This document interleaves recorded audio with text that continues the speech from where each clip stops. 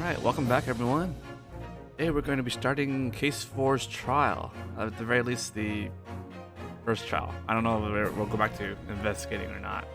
Considering how, during the investigative phase, we didn't really learn anything. Really. We've learned what? John, the retired soldier, had a fight with his wife. And yeah. We know very little about the case, but it's expected in these kind of things, right?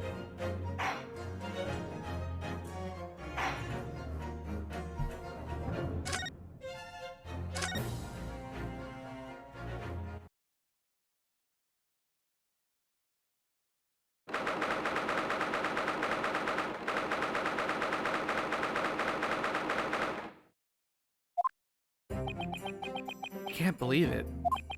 I'm already back in this courthouse. We came here as exchange students to learn the legal system of this country. As such, we must stand in court to advance our studies.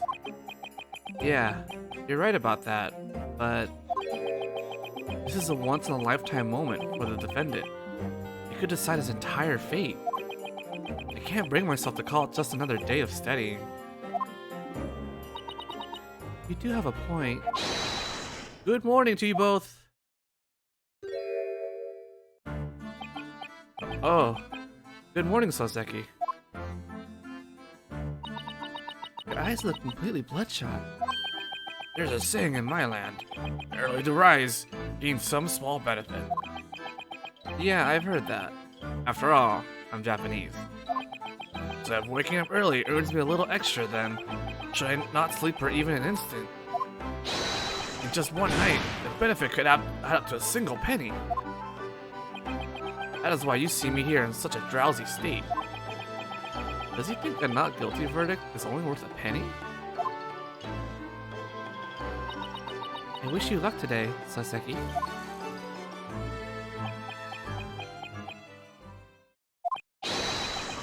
My divinely decreed destiny is a perturbed, fleeting life. I eagerly entrust it to you.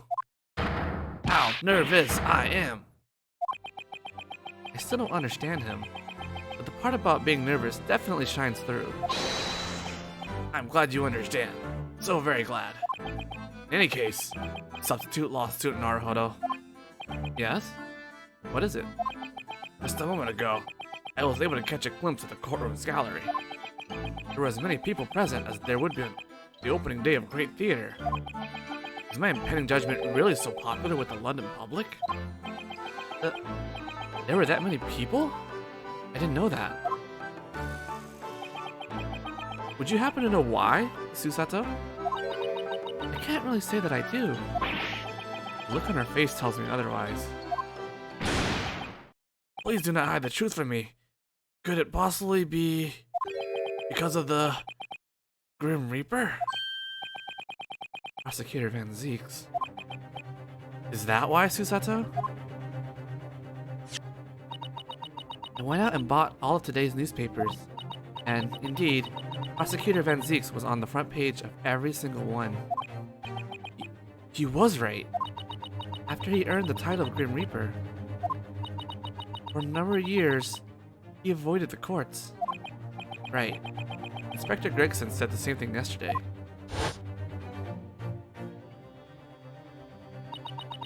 Trial 2 days ago was his revival after so many years. Oh, horrifying case of Kazne Nagundo. What if they only had like 2 running newspapers back then? We don't know. How many possible newspapers can there be? It caused an even greater uproar within London than today's upcoming trial. And we had no idea, only just having arrived in London. And why has he decided to prosecute such a trivial case only 2 days later? Each newspaper is spreading their own speculation. Trivial? To me, this is the most important thing since the foundation of Japan. My apologies. It's the newspapers that keep saying it. Well, I suppose this will further fuel the blaze of international tensions. Though it is odd that this prosecutor has suddenly awakened from his long slumber. There is one more similarity between the two trials he has prosecuted. Indeed, I feel the same way. Of course. That would be you, substitute law student Naruhodo. Me? I guess that does make sense. In the two trials of the newly revived Grim Reaper, one attorney stands against him. Dear me, it almost feels as though you two might be good friends. Don't be ridiculous. I don't make friends with bringers of death. If that's true, there's one possibility. You have incredibly, hopelessly, irredeemably poor luck. It's a little dramatic. Oh, defended by an attorney with such dreadful luck. What has my life come to? This unpredictable misfortune is surely more monumental than the foundation of Japan. But you're the one who entrusted me with your life, with your fate, Soseki. I'm just a student with no luck, experience, or real ability, and I've only just arrived in London.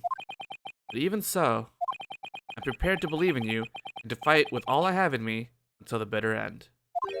Oh, substitute law student Naruhodo. You're not alone in London anymore. Whatever may come, we stand beside you. Oh, legal assistant Susato. And I, Soseki, humbly, respectfully, plead my defendant, attorney. Court is about to begin. Make way to the courtroom at once. Looks like it's time. Let's go, Soseki. Yes, sir.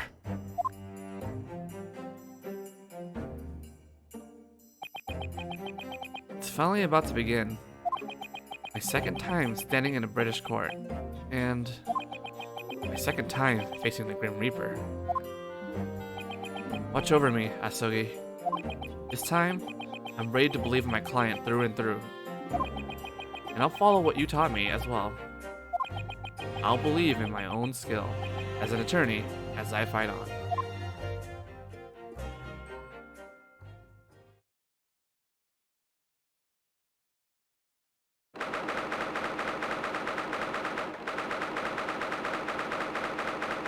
And I am. I have the same jury? In the name of Her Majesty the Queen, we declare this court is now in session. I ask you, prosecution and defense, have you fully prepared your cases? Prosecution is ready. The defense is ready. Creatures known as Japanese truly are fascinating. Why do you say that? I heard about you from Lord Vortex himself. 2 days ago, a pair of Greenhorn exchange students had just arrived in London. What of it? You wish to save the defendant, who happens to be your countryman. Local Japanese hubris. I apologize for interrupting, but I don't consider that hubris. Susato. As I recall, our last trial ended with a not guilty verdict.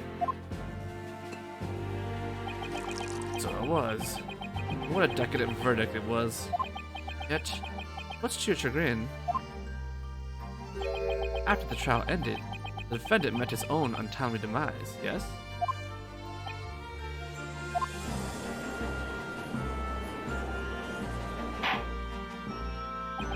Very well.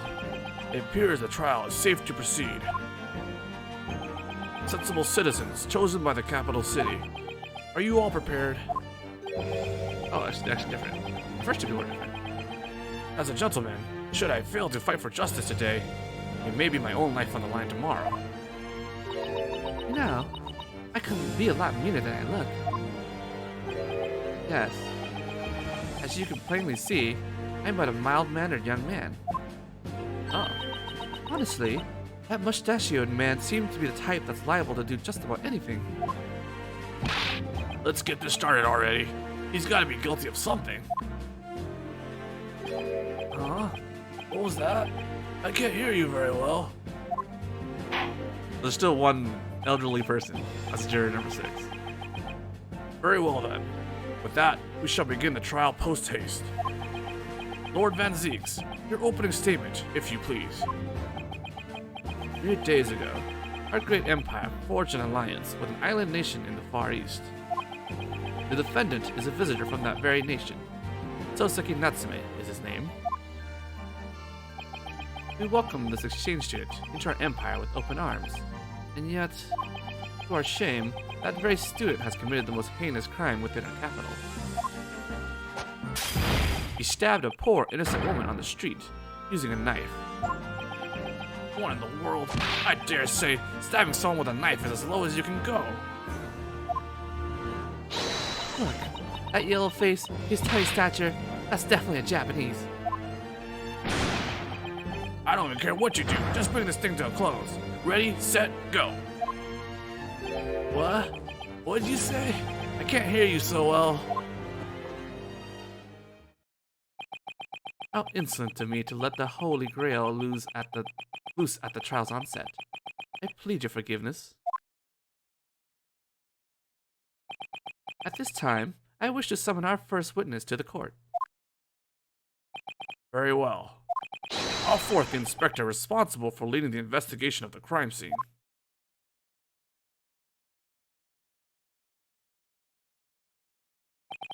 Witness, your name and occupation. Yes, sir. My name is Tobias Gregson. I'm an inspector at Scotland Yard. Go on, Inspector. Please describe the events of this case for us. We believe the victim is a 20-year-old woman named Viridian Green. Hold on.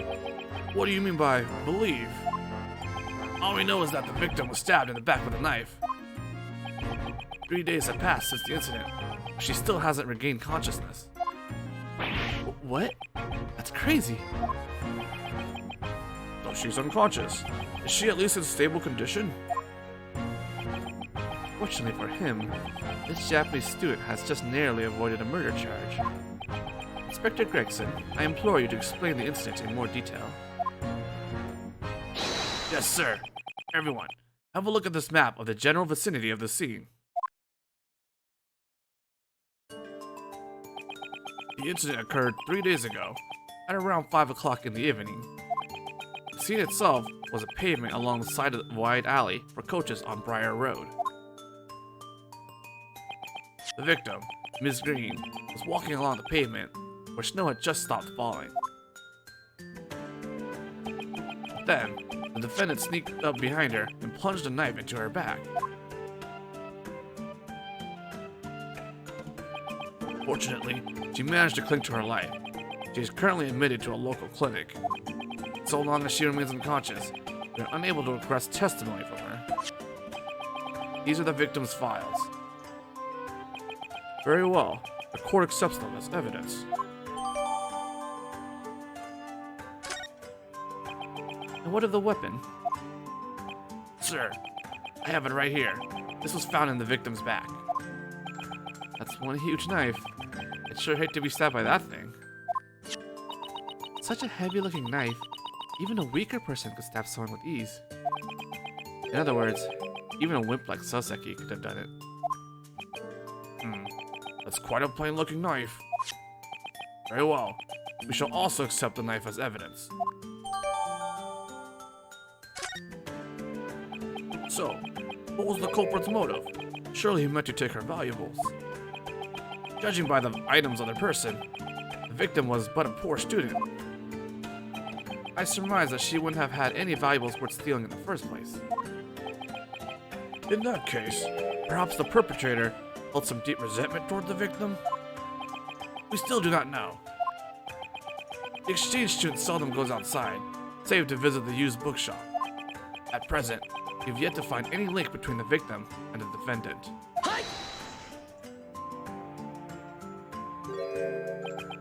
If it wasn't a robbery, and he has no known grudge against her, then Soseki would have had no reason to stab Viridian. And yet, you still arrested him. Doesn't that seem a bit too rash?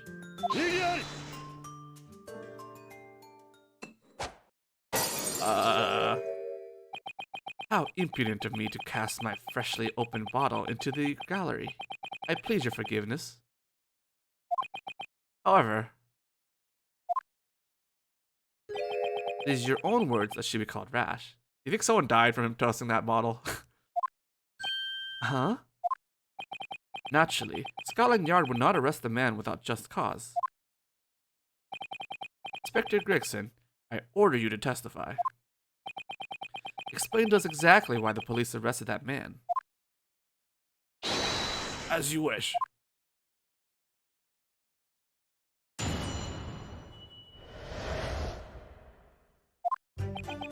It was around 5 p.m. when the incident occurred. That day, the fog was unusually thin. The crime scene was an open area with high visibility. Nobody else was present. The victim fell to the ground after she was stabbed in the back. The culprit made a run for it, but as he fled the scene, he dropped the items he was carrying. The items in question were old books. It seems he was on his way back from a used bookshop. We identified the defendant as the owner of the books and arrested him. So if you want fries, you could, if you had an air fryer, you could be air frying some fries right now. Old books, you say? Here's a photograph that was taken by the police shortly after the crime was committed.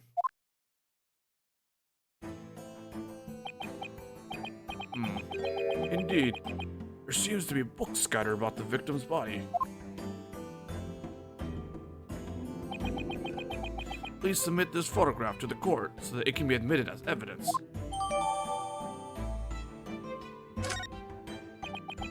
I'm not surprised that the Japanese are all utter cowards. Even in the face of such damning evidence, you still deny everything? Well, now, the defendant isn't exactly denying everything. Susato? What do you mean by that? Looks like he has acknowledged that he's connected to this case in one way. Isn't that right, Naruhodo? Now that she mentions it, yesterday, we asked him about it at the Growl. There was one other individual walking in front of me along that cursed road. She was wearing a green overcoat. When I was about to pass her by, it happened. She suddenly let out a short cry, and then she collapsed onto the cold ground. Terrified, I seized the first opportunity to flee from the cursed scene. Full speed, mind you, back to my cursed flat.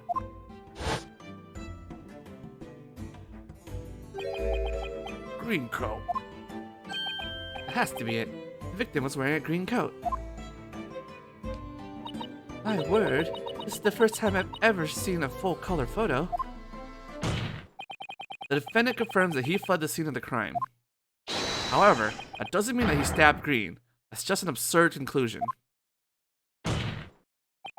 At that time, the accused and the victims were the only ones walking on that pavement. Which is to say, nobody else was able to stab the victim. Is the accused himself not admitting to this very fact? Yeah. It seems the course of this trial will be heavily influenced by this next cross-examination. Bearing that in mind, the defense will now proceed with caution in its cross-examination. Yes, my lord. I have no other choice. This cross-examination will turn the whole situation around. I'm sure of it.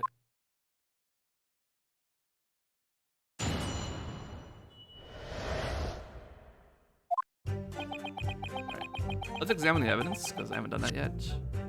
Besides the armband. This map is the one we got from before. Yep. Oh, so this is our evidence. Case material.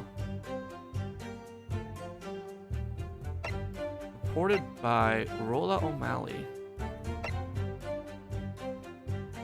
And the perpetrator captured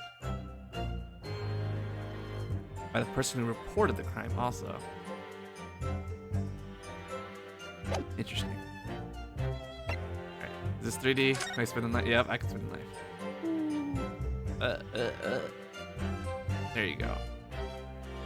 Alright, just want to do that.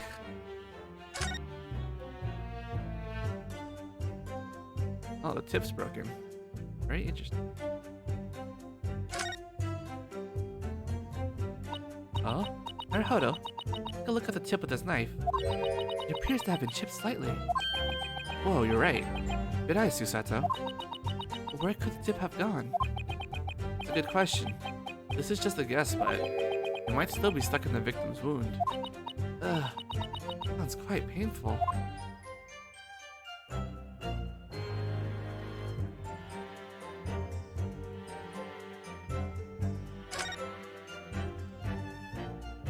Oh. Okay.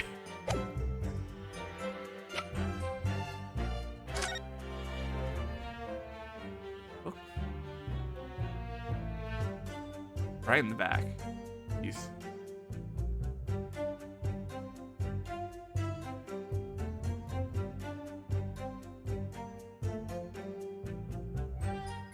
Alright. Let's go back to the cross-examination. Fog was unusually thin. The fog was unusually thin? By that, I mean one could actually make out the other side of the street. It doesn't sound very thin. It sure is for this city, but I suppose the Japanese wouldn't really know that. I've read in books that London is known as the Old Smoke. In Japan, it's rumored to be a beautiful sight. Poppycock. See, to us, it ain't so romantic. I see. At this time of year, all that fog causes endless problems. And on especially foggy days, it gets so bad that you can't even see your own hand in front of your own face.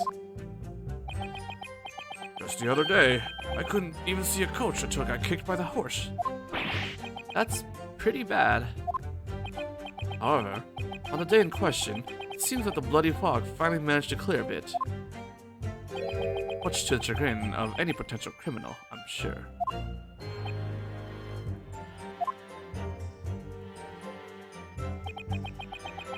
Okay, crime scene, high visibility, nobody else was present. How can you be so sure? It's simple. The witness said it himself. That's right. Inspector Gregson mentioned that yesterday, didn't he? Right. I believe the witness was an officer of Scotland Yard. You got it. Then we should ask that witness to testify. The witness will be summoned, should the need arise, anyway. But since it's winter, I'm almost certain the area should have been dark by 5 o'clock. Regardless of how thin the fog was, who knows if a person would be visible in the dark? Perhaps your tiny, distant island nation hasn't discovered the wonders of artificial light yet. But all the roads in the great capital city of London are equipped with gas lamps. Oh. The prosecution believes that these lamps provide adequate lighting for them to witness the crime. A city which dispels the darkness of man's past. Indeed. Such as our very own city of London. So basically, in order to get the witness to testify, I have to get through this cross-examination first. And with the defense's silence, you may continue with your testimony, Inspector.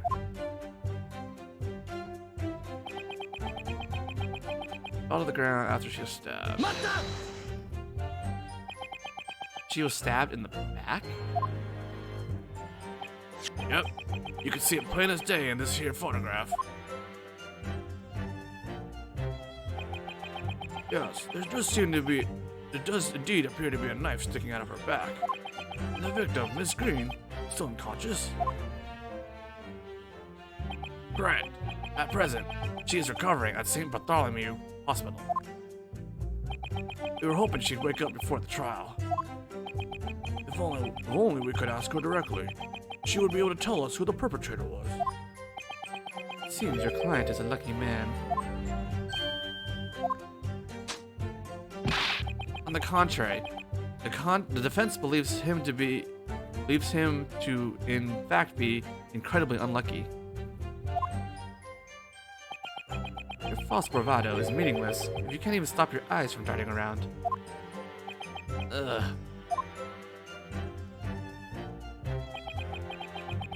Culprit ran over, he dropped items he was carrying. What items would those be? Those are all present in the photograph. You must be referring to these 3 used books, I presume. Yes, unfortunately, your time in the snow has left them damaged beyond salvage.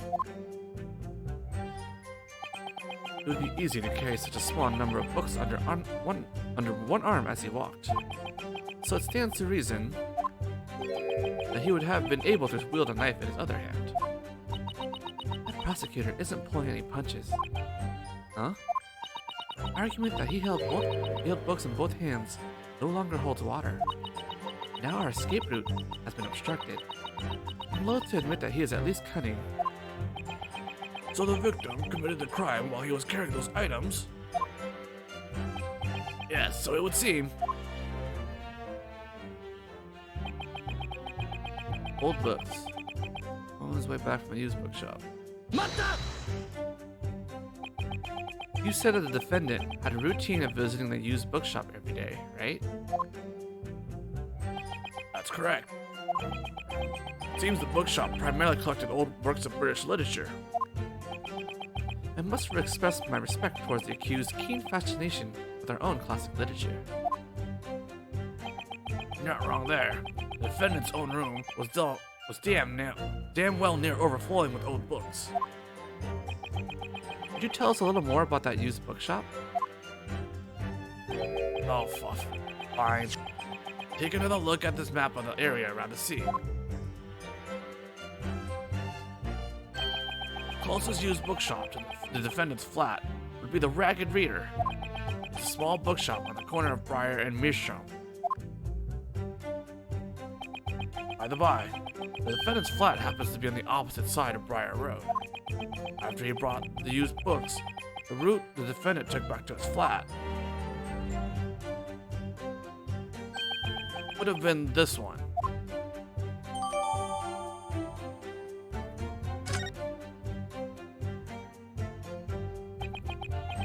Undoubtedly, if he took this route back to the flat for the used bookshop, then he most certainly would have passed by the crime scene. Naruto, the inspector's testimony just now was incredibly important. Yeah, I agree. The most important part of this testimony is...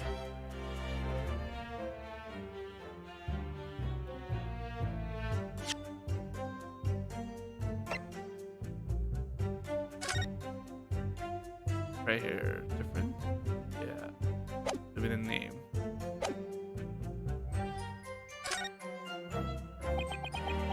Inspector Gregson, can I make a request? I don't know. Can you? Would you please add the name of the used bookshop to your testimony? I have a feeling that this could be extremely important information.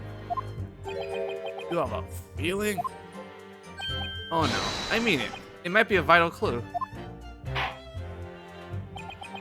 Very well. Although I don't see the importance myself. Witness, we request you amend your testimony to include the name of the used bookshop. With pleasure. It doesn't sound too pleased to me.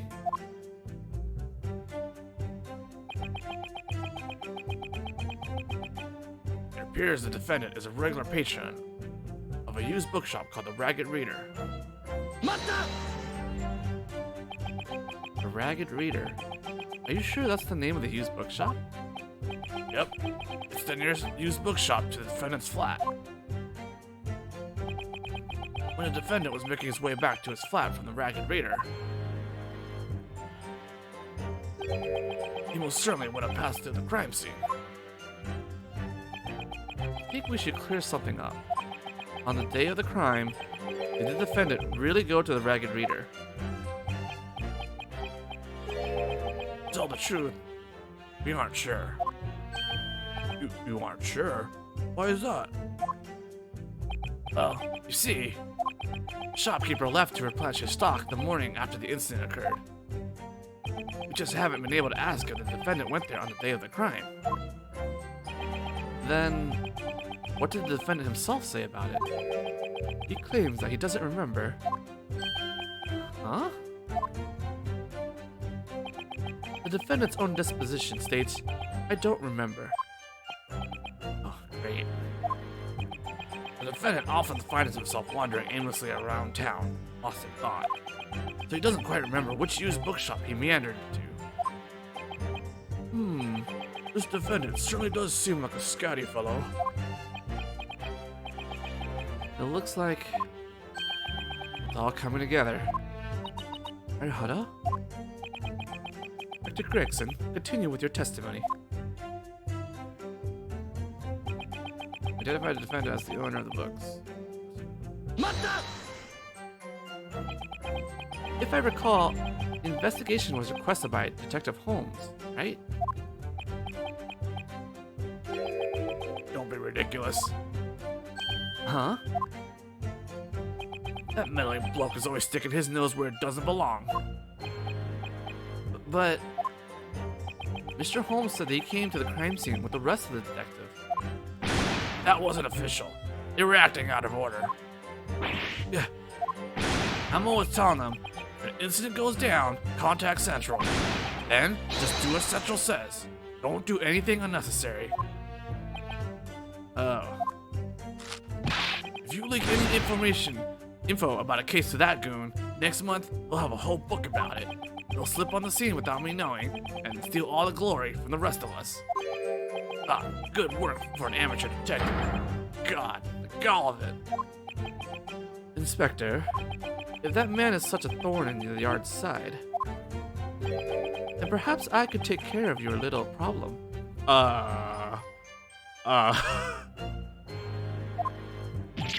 This doesn't sound very legal at all.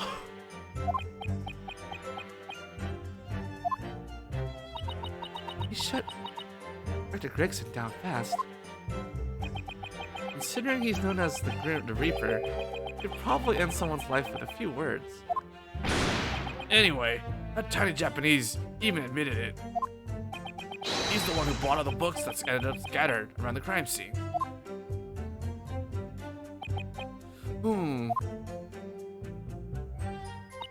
Are you ready, Naruhodo? Can't change the jurors' minds during this cross-examination. And Soseki will almost certainly be found guilty. That means I have to find a decisive contradiction in this inspector's testimony, no matter what it takes.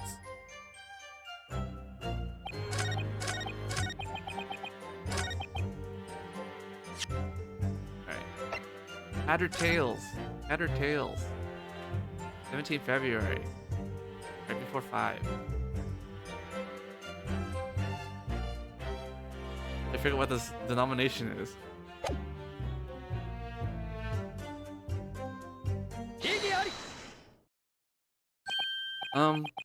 Hold it, Inspector Gregson. What is it? I'm busy, you know. It's about a receipt we found in Soseki's room. The receipt is from a used bookshop. It was printed on the day of the crime, and it notes that he purchased 3 books. Yeah, I know comma's a decimal point. I was thinking of the D. Like, it's not pence, not, you know, pound.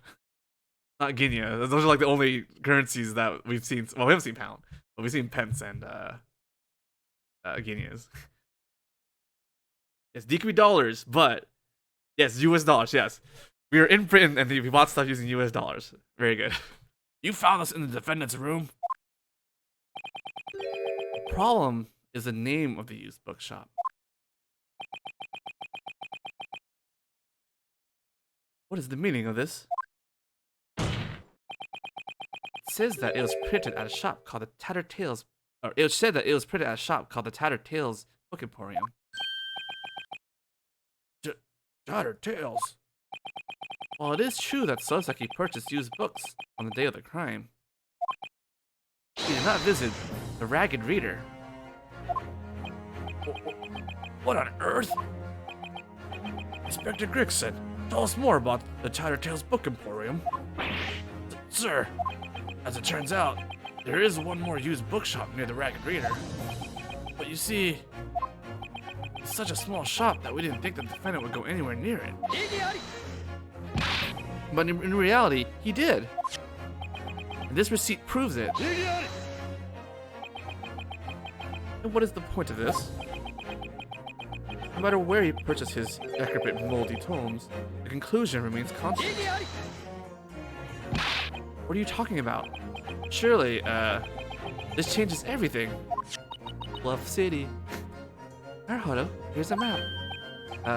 Oh, thank you. Look right here. If the defendant has shopped at the Ragged Reader, then yes, he would have passed through the crime scene on his way home. But if he had been at the Tattered Tales instead, then it's possible that he didn't walk that way. Is that so? Well, depending on where that used bookshop is, maybe. This true, Mr. Attorney? Yes, though right now, it's only a possibility.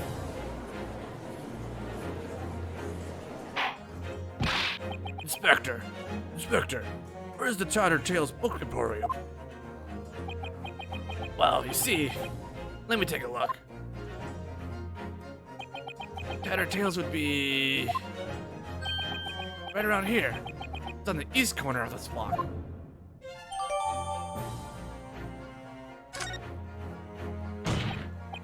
Well, how about that? As you can clearly see,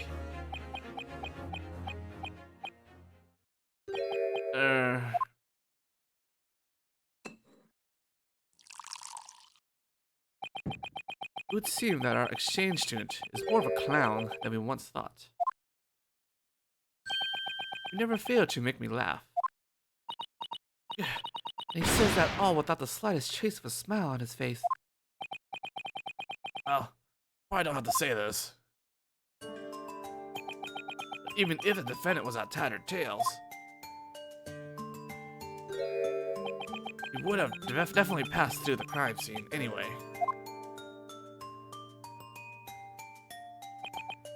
Indeed, as we can clearly see.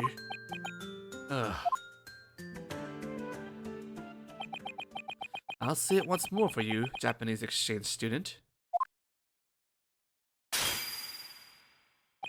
No matter where he purchased his decrepit, moldy tomes, the conclusion remains constant.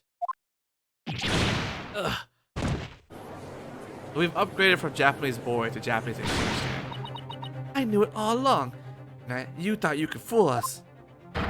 I've already done said it. We've got enough proof. Sorry. Could I get you to repeat that? Naruhodo, now is the time to stand firm. Susato, if you keep quiet and let the prosecution's assertions become accepted as fact, then the jurors may all make up their minds based on that. Oh, she's right. You should carefully rethink the prosecution's claim. On the way back from Tattered Tales, would he have to go to the crime scene? I mean, he can go the other way, right? But like, I don't understand why this is going, because looks like he himself said that he passed by. Well, he passed by someone with a green coat. But,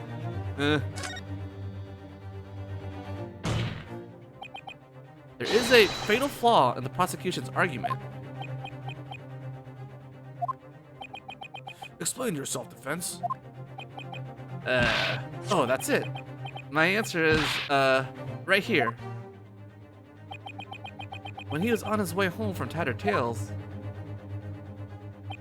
if he were to take this route, he's crossed to the crime scene. But roads often branch off.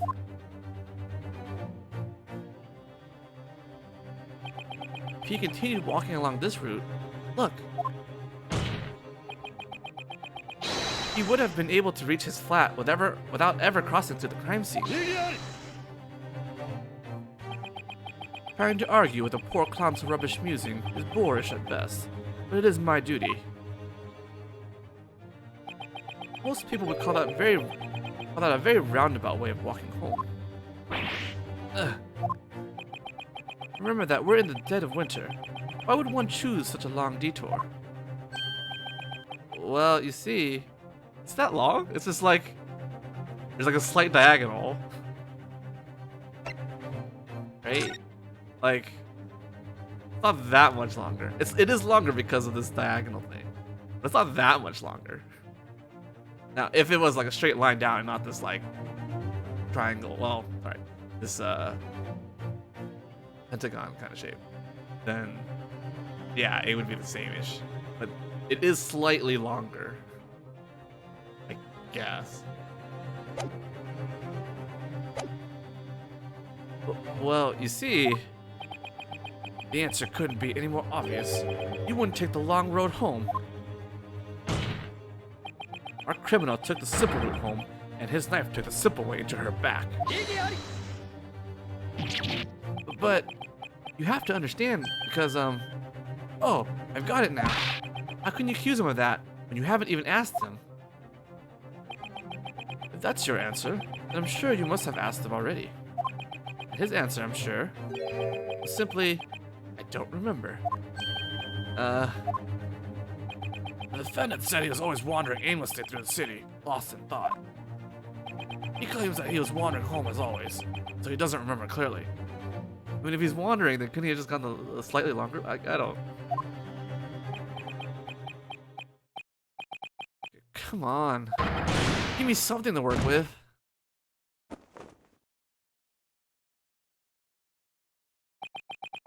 That's enough. I don't think we want to or need any more aimless arguments in this court. What would your opinions be, wise citizens of the jury? But even if he did take that route, as his attorney, I could just...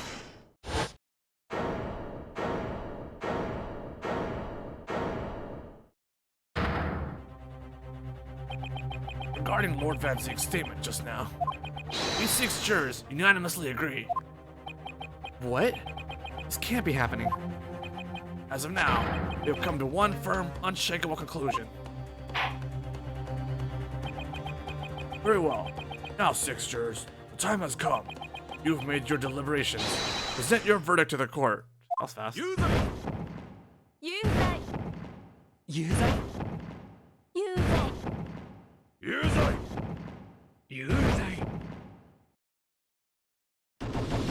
It was all voice acted. Now I know the word for guilty in Japanese, kind of. It seems the jury has reached a unanimous conclusion. It's not over yet. We still have our, what was it? Finishing statement or something like that? Our shade citizen jurors and their brave resolve are the pride of the great British Empire. Naruhodo. Closing statement, that's what it was. I'm not done yet. Still isn't over. This is my final chance to persuade the jurors. I have to tip those huge scales. It's time for a grand turnabout. No matter what it takes, I have to do this.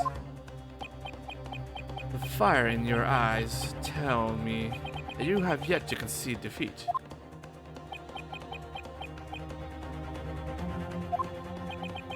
Don't tell me you plan to parade your rights around this courtroom again. Your so-called right, forgotten in some dark, moldy corner of the British legal code. No matter how much you complain about it, every attorney has the right to call for a closing argument, and I'm doing just that. Then, from this point forth, in accordance with the rights prescribed by our legal code, closing argument will now begin. Jurors, are you prepared? You should know the answer to that already, my lord. That attorney doesn't know when to give up. We all know that. Very well then. 6 jurors. State your reason and basis behind your guilty verdict.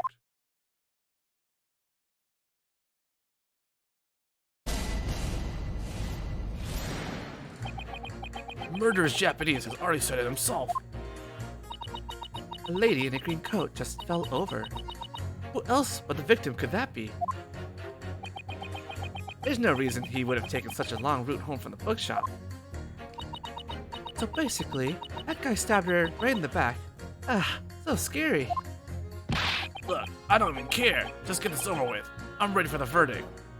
That's not the basis of what? I guess that's the basis of his reasoning. He doesn't care. Shattered Tales Book Emporium is a great shop. The Ragged Reader, not so much. Huh?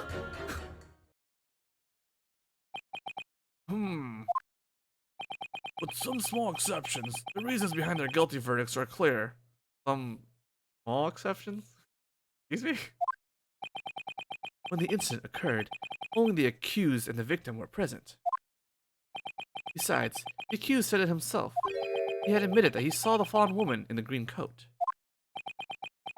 Furthermore, the defendant, fled from the scene right after. It certainly sounds like enough basis for a guilty verdict to me. That's not. Even the judge agrees with their findings. Ugh. Why did you have to run away from the scene, Soseki? Seriously, an invisible criminal? Not even I can believe that. Ugh. See if you can walk a mile in my shoes. Naruhodo, now isn't the time to cry over spilled milk. Spilled? Interesting. Must be British. There's only one way for you to continue this trial. Excuse me? Yeah, I know.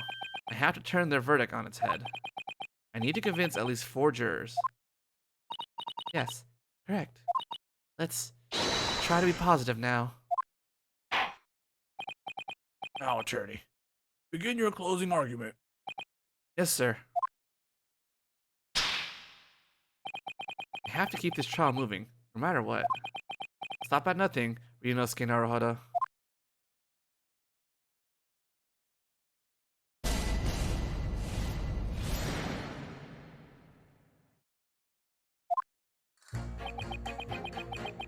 Okay, he said himself, what did he say?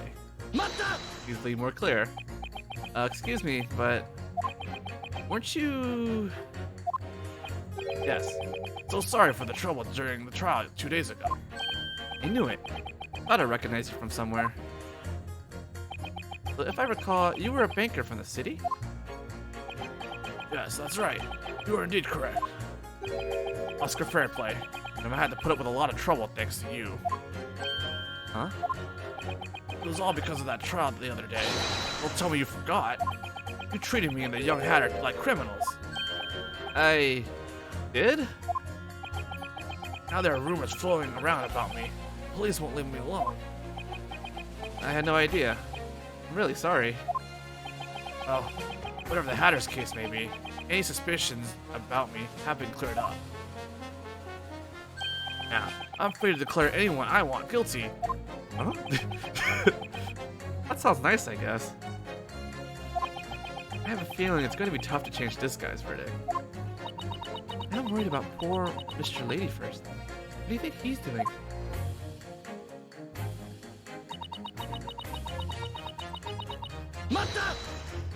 Lady in green coat. I suppose that's true. The defendant said that when the incident occurred, he saw a person walking ahead of him, wearing a green coat. See? That's right. That person was clearly the victim. Isn't it obvious? And that means that the shady Japanese with the mustache must be the culprit. But the defendant said that he didn't stab her. Of course he says that. If he admits to the crime, it's all over for him. Oh, she just happened to fall down in front of me. Such a lame excuse. If he was going to make up an excuse, I'm sure he could have come up with something better. I should think as much of people like you dirty Japanese. Come on, lady. Don't just lump us all together. Anyway, the culprit said it, plain as day. There was no one else on the scene. In other words, no one else could have committed the crime. And if no one else was there, then there's no question about who the culprit must be. Indeed, your argument is quite compelling in its simplicity. Thank you ever so much for your kind words. He's got me there. No reason he would have taken such a long route home. No matter what the reason might be, you can't deny that the long way is a viable route. Yeah, I guess it's on the map. Calabash Road, was it? Right, that's the one. Still, what's important is whether he took the road or not, right? Well, I suppose so. To do that, you arrive at the fact that there's no evidence you went that way, right? I suppose that's true, yes. On top of all that, the defendant says that he doesn't remember where he walked, right? You mention it. Yes, he did. Winter nights are cold and dark. You want to get home as quick as possible, right? I'm inclined to agree. Therefore, it stands to reason he would walk along Briar Road to get home. He convinced me more than I convinced him. Listen, it's not like I'm just rushing to a guilty verdict or anything. I just need a concrete reason why the defendant would have taken Calabash Road. If you lay it all out for me, I might just reconsider. Why might Soseki take a long way home? I'm going to convince him to change his verdict. I have to argue logically. Basically, the guy stabbed her right in the back. That's so scary. Okay.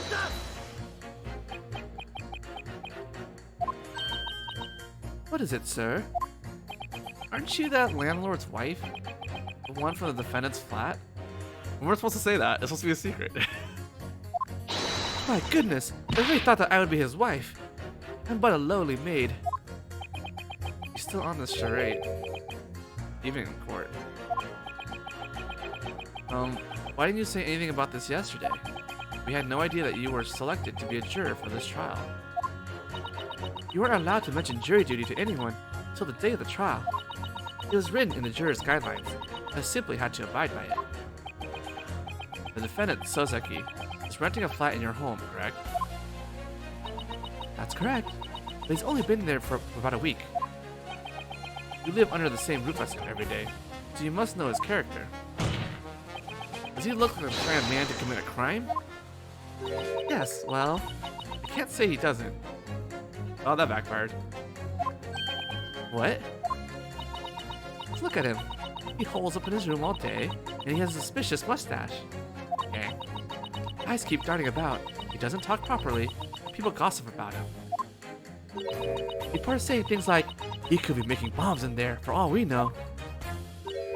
Oh, that's awful. Why do they talk about him like that? He's just a harmless bookworm who wouldn't hurt a fly. I can't imagine what that must feel like. Having the maid talk might be more dangerous than I thought. Look, I don't even care. Let's get this over with. Ready for the verdict. That's not a reason. I mean, what's with your attitude? A man's life is on the line here. Shut it. I don't get to work pronto. It'll be my life on the line. Fancy pants lawyer like you wouldn't get it. I do manual labor, and I get paid by the day.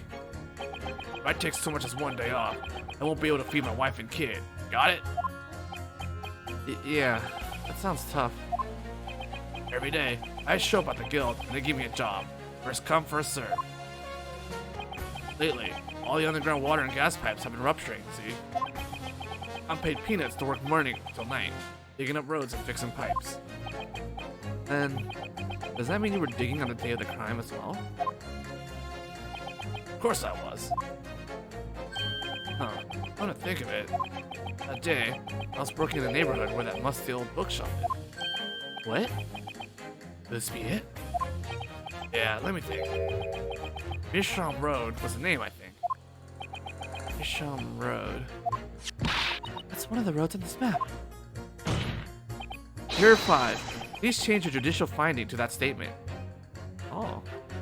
How about you wrap up this little game instead? Please, I'm begging you. Fine. I'll do it. Ah, okay. Digging up Mishram Road all day when the lady got stabbed. That gives them a reason to not take that road.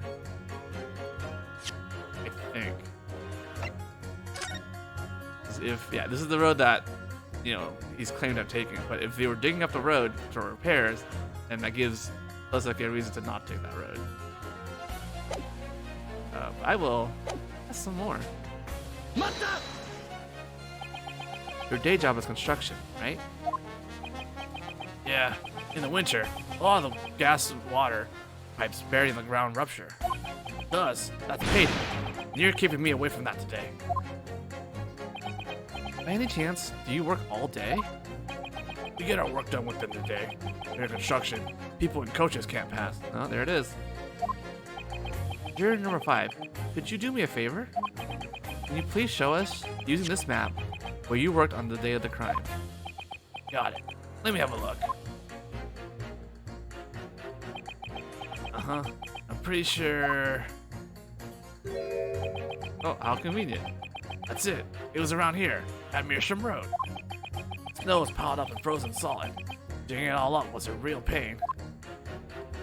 So convenient. So ridiculously convenient. At what time would you estimate construction ended? Well, it started around mid-morning. I think we finished a bit after 6 p.m. By then, the snow had stopped coming down, and it had already become completely dark out. The incident occurred at 5 o'clock. Construction was still ongoing. The Meerschaum Road was closed for construction, huh? Alright, old man time. This dude cares about the quality of the bookstores. I'm sorry. Could you say that one more time? All I said was hold it. Do you often visit Tattertail's Book Emporium? I go there to browse old books. Then I go read them at home while I sip old tea. That's my life. That day was no different. On the day of the incident, do you remember what time you went to Tattertail's? I was looking at books all afternoon. Then I left the shop a little before 5 o'clock. Hey, he's wearing a green coat. Why are all the jurors like related to the case? Well, not all of them, but a lot of them are. It seems... That's my life. That day was no different. 5 o'clock in the afternoon. That's right when she was stabbed. Are you absolutely sure that you have the right time? Sure, I'm sure. I remember it like it was 3 days ago. Okay. At any rate, I had a really tough time that day. What do you mean? A narrow footpath on Calabash roads was frozen over. Snow had only just stopped falling on the pavement, and I fell smack on the ground. That's a thinking face emoji. I was knocked out cold. I thought I saw the Holy Mother beckoning me. Hold on a second. Did you say Calabash Road? Yep. My house is on Cornpipe, see? That narrow little footpath is the quickest way home from Tattertail's. Juror number 6. That statement might be important. Change your judicial finding to that statement, please. Huh? Sorry, Sonny. Could you say that again?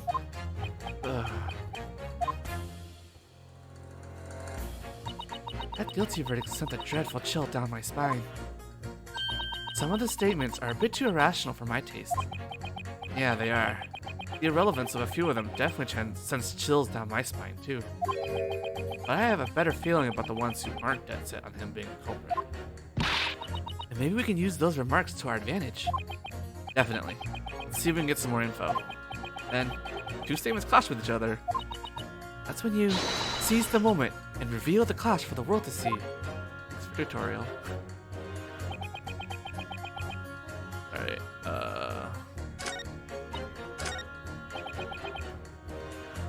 okay, clash 5.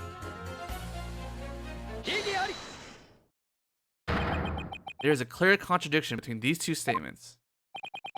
Contradiction. Explain yourself. Hey, why is he pointing at me? Whoa, what now? Hurry up and get this over with. Juror number 3. Might I have a word with you? Oh, sure. What is it? There's an important fact in Juror 5's statement. I love this game's animations. They're really good. And it looks super good on the Android version because we actually have resolution. Got it. Here, let's compare what was said with the map. On the day of the crime, Soseki bought books at this used bookshop. Now, on this day, Meerschaum Road was being dug up due to construction. In other words, the defendant would not have been able to travel this road to return home. Oh, well, you're right. What do you have to say to that, juror number 5? What? Well, I guess he's right. So the bricks in the road were smashed, and the road was dug up about 2 yards across. Those hoity-toity ladies and gentlemen took the long way around instead. And that means, in order to get back to his flat, the defendant would have been forced to take the long way. So it would seem. Does it really? Juror number 3, you said the following. There's no reason he would have taken such a long route home. Now you see, we have just established that he had ample reason to do so. You're right. Lord, may I have a word? Yes? What is it? Perhaps I have been a bit hasty in my decision. I think that we should continue this trial a little longer.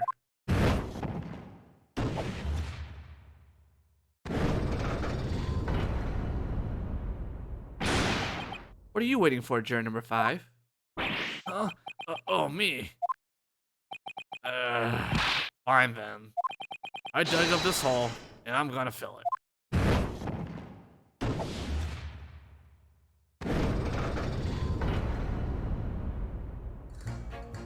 You did it, Naruhodo. That was incredible. Their decisions have changed, and with that, the whole situation has turned around. Yes, now all the jurors will have to reconsider their stances. It's extremely important that they really think about whether they feel their verdict is just. And one more thing. If there are any more clues that could clear up the suspicion around Soseki, you can use this momentum to overturn the verdict. Right, but give it a try.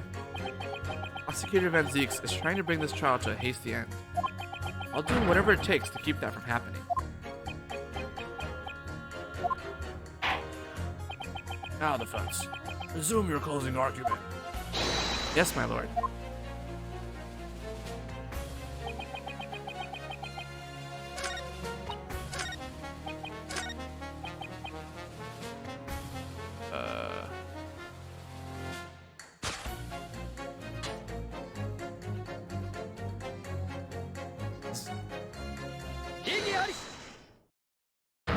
There's a clear contradiction between these two statements. What contradiction? Explain yourself. Excuse me, juror number 2 and juror number 6! Oh, yes? What is it? I don't think the elderly gentleman heard you. Oh, come on, man. Seriously? I put everything I had into that shout. Anyway, one fact has become abundantly clear. As shown on the receipt from the used bookshop, the defendant bought books from Tattered Tales and walked home from there. Didn't he say that he couldn't remember the road he took home that day? Yes, so it would seem. But on the way home, the defendant did see one person. The person wearing a green coat suddenly fell flat in the snow on the footpath. Right, and that person must have been the woman who was stabbed. But is that really the right conclusion? What are you on about? Were you listening to what juror number 6, the old man over there, said? On the night of the incident, Meridian Green wasn't the only one. There was another person wearing a green coat fell on the pavement. Oh. You don't mean to imply. I do. That person was our hearing impaired 6th juror. And that means the person in the green coat that the defendant really saw was that jaunty old man in green? I would say that it's highly probable. After all, that old man has a similar body shape to the victim. Oh. What in the world? Huh? What was that? Could you please speak a little louder? I'm already tired of this gimmick. Anyway, what's important here is the location where the old man fell. Calabash Road. If the person who fell in front of that defendant was really the old man, that would mean that Soseki must have taken the long way home. There's one natural conclusion to come from that. There's no way that he could have passed through the scene of the crime. Eh. Oi, old man. What were you doing bumbling around a place like that? What's more, he just had to wear that confusing green coat. What's the big deal? Are you saying an old man like me can't bumble around town and slip on a few roads? I can't dress myself up in the latest and trendy, dapper coats?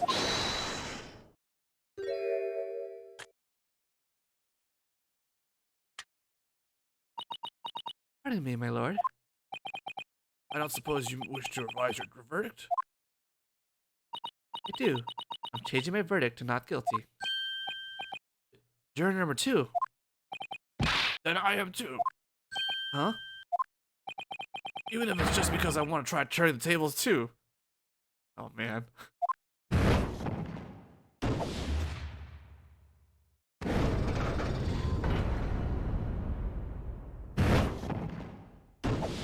You ever get the feeling these jurors aren't taking their jobs that seriously? Jury's verdict has changed as a result of the defense's closing argument. Now, 2 vote guilty and 4 vote not guilty. Thus, the court acknowledges the jury's vote is split. It orders you all to continue the trial.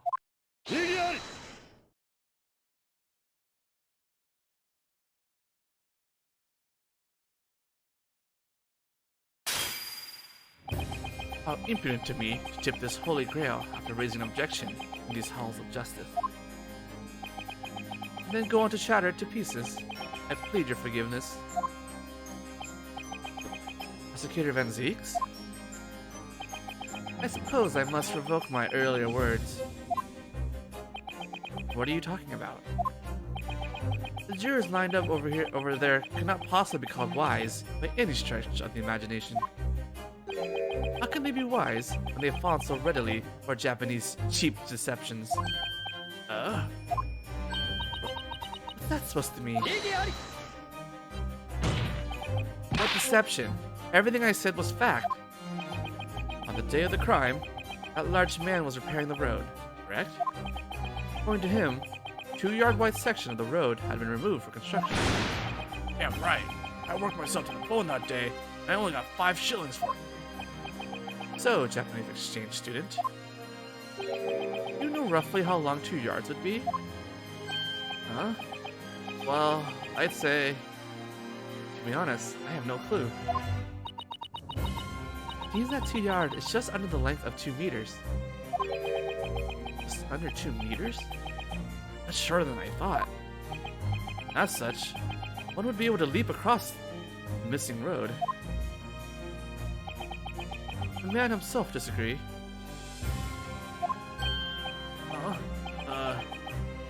That sounds about right. What? During construction, did you seal off the road in order to prevent passage? No, of course we did. With a hole in the road this big, all the stuck ablaze and jet, just take a detour. But the inner city kids wouldn't give a hoot. They just jump over it. As far as I can see, the defendant is neither lady nor gentleman. It's natural to assume that he could make a 2-yard leap to return home. Ah. Is that true?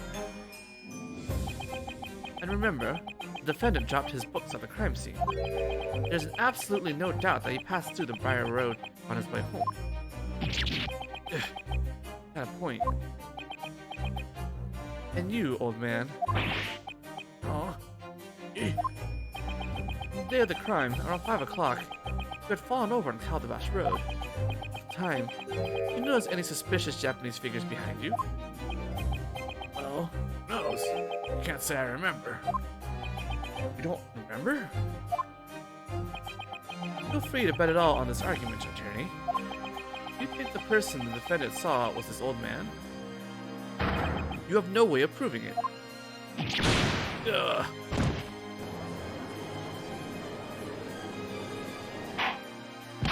Order. Sir Van Zieks, if I may. What is it, my lord? If you had such a persuasive argument, why did you stand and watch in silence during the closing argument? Obviously, our beloved exchange student is still seeing the sights. What would be more fitting than the sight of how fickle the jurors' hearts can be? Yeah. But I suppose that's enough hospitality.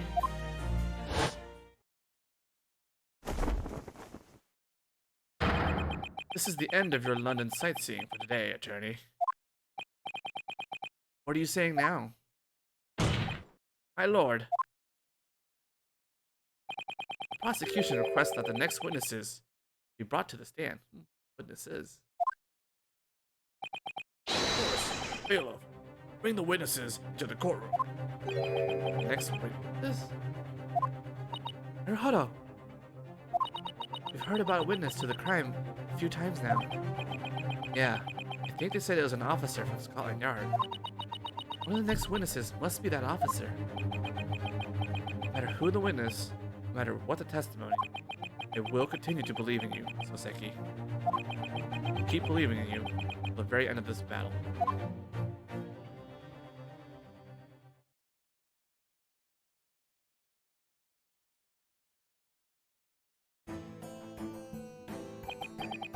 Go on, witnesses. Your names and occupations.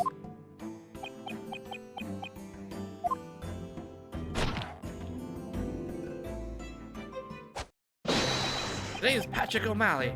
I'm a patrolman on the city beat. And I'm Rolla O'Malley, the wife of our city's great hero. We have heard the name O'Malley before. Everything alright? Absolutely. See, the two of us were just married. Just the other day, we had our first wedding anniversary.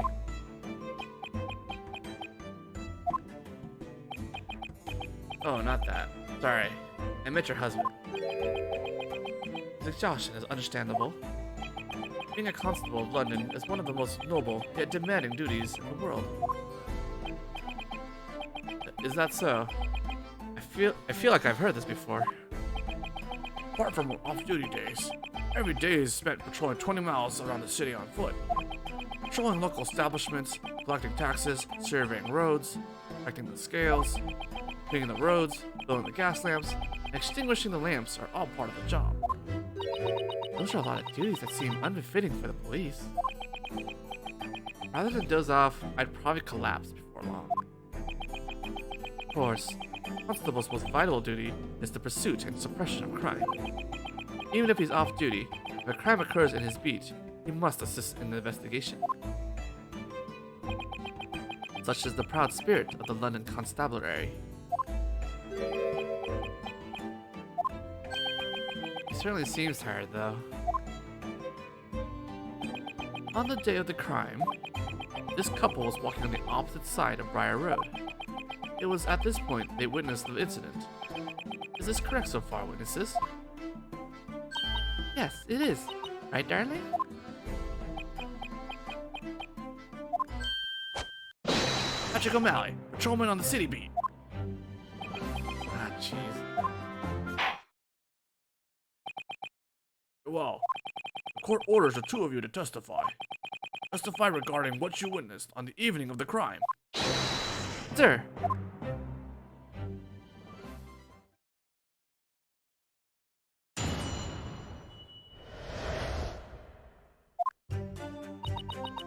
That night was our anniversary. We went out for dinner, still in uniform. As we were strolling along, we saw two figures coming down the opposite path. All of a sudden, one of them fell over. The other dropped something and ran away. We hurried as fast as we could to the nearest police box to call for help. That Japanese man was the one who ran away. Pat and I both saw it with our own eyes.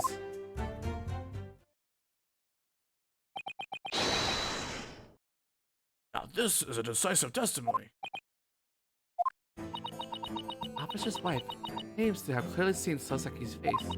If what they say is the truth, the possibility we presented in the closing argument would be outright disproven. Indeed. After all, such an absurd possibility was non-existent to begin with. This must have been quite the ordeal for your first anniversary. It was. I thank the Lord we could have a night out together in the first place. As being a constable in London is an ordeal in and of itself. Worry not. This testimony will soon be over, and then you will be able to spend the day at your leisure.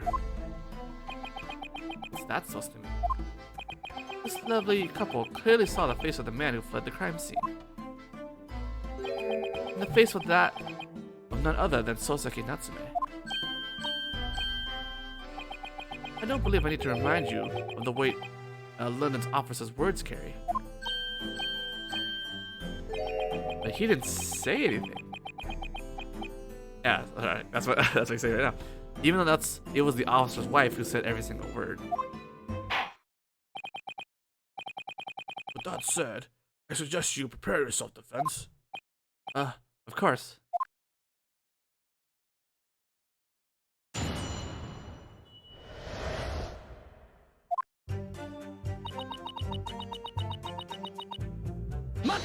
Went out for dinner, uniform.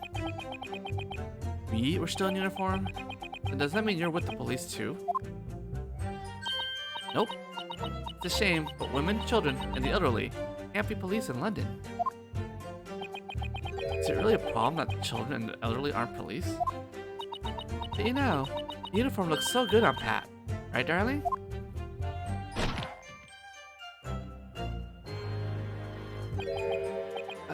Yeah. At the time, I had just finished up for the day. So we were planning to stop by the station and change clothes before heading out again. It's kind of scary how suddenly he started giving proper testimony. I would have been okay with you staying in uniform, though. When you change clothes, suddenly, it's like I don't even know you. That was a very dangerous piece of testimony. Anyway, you two were getting ready to go to dinner after you finished work. Yeah, really, I was completely exhausted after a full day of patrolling. However, I swear, I'm ready and willing to do whatever it takes to live up to this. What is that? This is a secret police handbook, held only by the patrolmen of London. Inside, we have the great things to know as a constable. The constable patrols the city, working tirelessly so that the citizenry may know peace. And that is why I never tire, even when I'm patrolling 20 miles a day. And all it takes to help the people is to wander around the city, and by God, I will wander. I don't think you're supposed to wander. I just wanted that one single day to be peaceful. We could celebrate our anniversary. I'm always leaving her alone because work is so busy. My poor beloved Rolla. Rolla, my love. Pat, my sweet. Oh, how lovely. Your love is so pure. A little annoying, too. Well then, what happened while you were walking?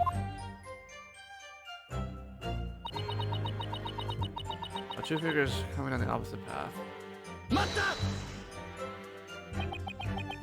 You saw two people? Yep, they were walking towards us on the footpath by Briar Road. There was this big roly-poly person, and behind the fatty, there was a tiny little guy.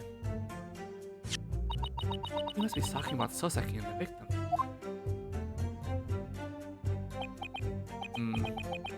Yeah, the victim does look pretty plump.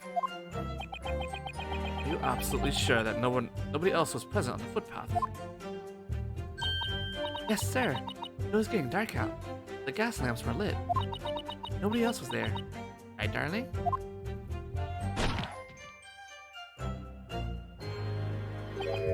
Huh? Right.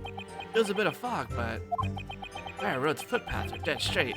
Visibility was pretty high regardless. Since the gas lamps were lit, you wouldn't have missed anyone lurking about.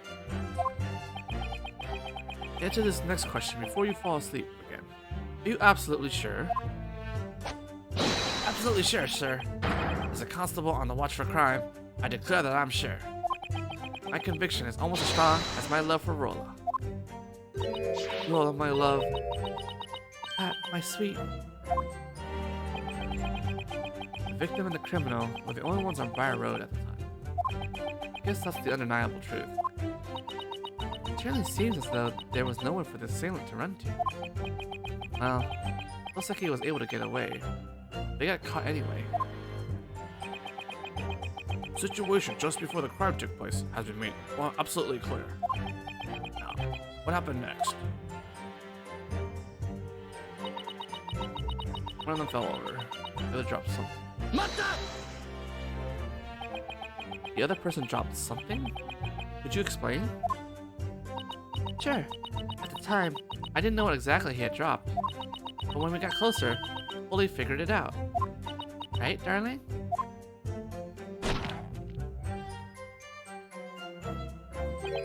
Huh? Yeah. It was those old books. Oh, old books.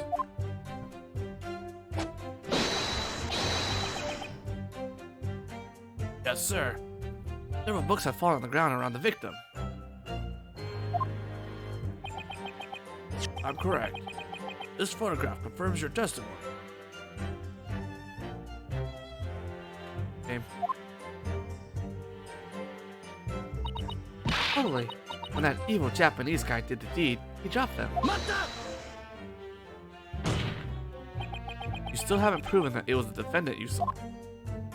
But we saw him. There's no way that it wasn't him. Look at that mustache, that sad hunchback, that sunken face. Everything matches. I'm pretty sure he's just throwing insults around at this point. Yep. He looked down at the poor victim with the most horrifying expression. And suddenly, he threw the books everywhere and ran off. Really? Bad. Doesn't look like she's lying. There's not a shred of doubt in this testimony. It's no surprise coming from a police couple. Go on. Continue your testimony. Sir!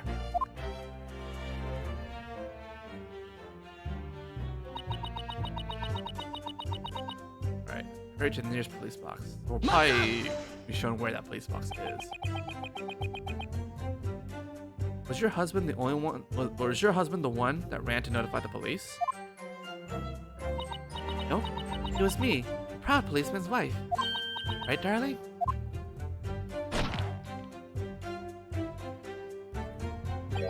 Huh? Oh, yep. I asked her to do it. My shift may have been over for the day, but as a policeman at the heart, I still have a duty to watch over the crime scene. Indeed, preservation of crime scenes is an important part of a policeman's duty. So instead, I had Roller go for me. She notified the police in charge of that district. I'm sorry, what do you mean by district? Depending on where a crime takes place, the investigation is assigned to a certain district. The footpath that the victim was on wasn't part of my beat. I told my beloved Rolla where to find the police box so she could gather policemen. I ran as fast as I could to the police box and got the attention of the police there. You call this our loving teamwork. Thanks to your teamwork, the case was resolved quickly. You are exemplary citizen. Aw, you're making me blush. Right, darling?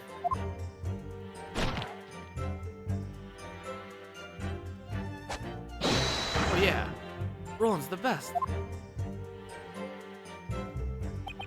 Just keep testifying, please.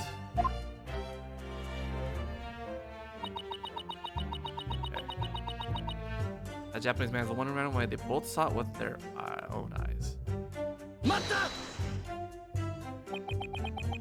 Would you really be able to see his face that clearly just with gaslighting?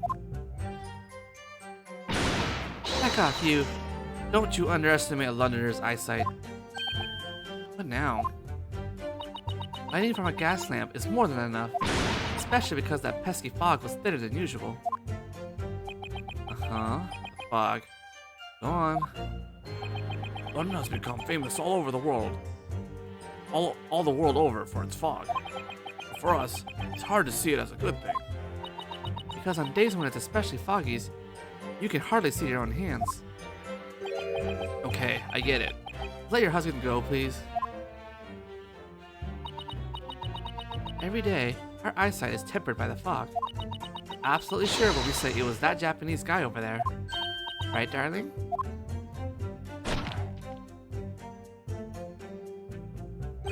Huh? Yeah, it was definitely the defendant. Look at that mustache. That sad hunchback. That sunken face. Everything matches. At the very least, we've confirmed that these two are confident about their testimony. The man they saw fleeing the scene was Soseki. Is that all they have to say? How are you feeling, Naruhodo? Well, my first impression on hearing the testimony is, bad. The way that they testified, I'm not sure that we have that much room to argue. There's little doubt that they really did witness Soseki fleeing the scene. I have the same thoughts. But even if they did, what does that mean for us? I suspect the jury would gladly vote guilty if that were the case. No way. What am I supposed to do here? At a time like this, Kazuma... What would Osogi do? I think he would search for contradictions in the finer parts of the testimony. What finer parts?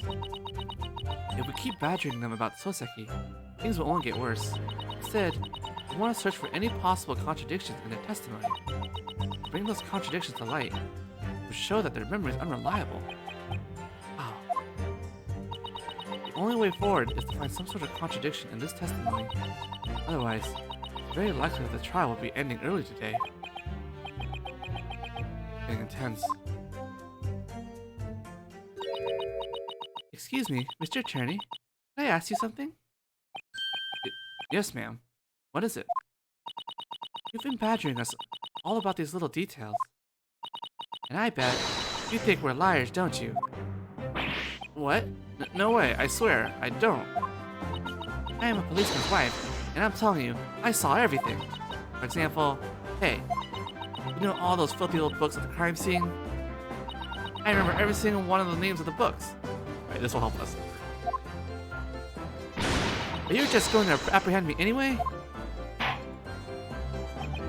No, there's no need to yell. Yes, there is.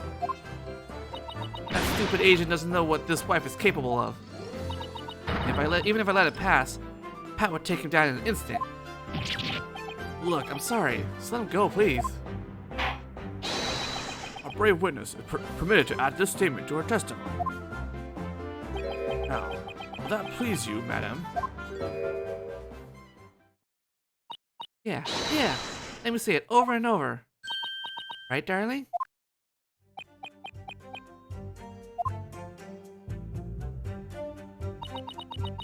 Okay. I even remember the name of all 4 books that the criminal dropped. Go on, try me. 4 books? The problem is that we're very reliant on this receipt. And who knows, it could be faked for all we know.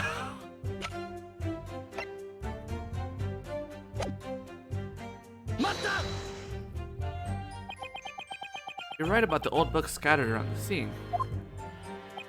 Of course, these are the books that Soseki Natsume bought at the used bookshop. After I got back from calling the police to the scene, I was really scared, but I made sure to investigate the scene. As a policeman's wife, I had to investigate in his place. In his place? Where was Pat at the time? He was face down in the snow, dead asleep. I guess he was really tired. You're always working so hard, darling. Wasn't he supposed to be watching over the crime scene? Now that we're discussing this point, would you be willing to tell us the names of the books you saw? Of course. Listen up, everyone. Let's see. There was Monsieur Someone, right? And Something Tales. Then there was Somewhere Under the Sea. The last one was The Adventure of Something.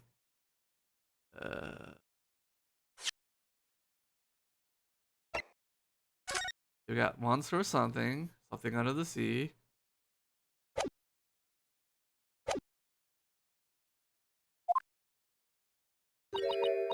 Amazing, right?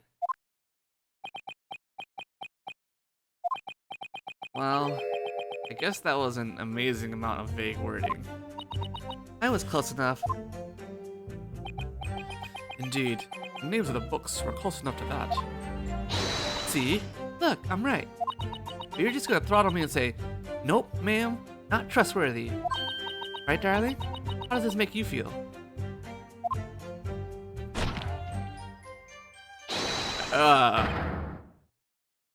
Anyone that bullies Rolla is getting a face full of lead. Got it?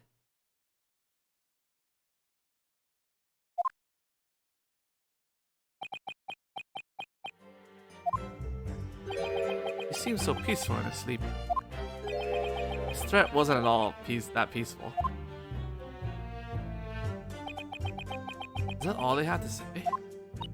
How are you feeling, Naruto? Oh. We do this.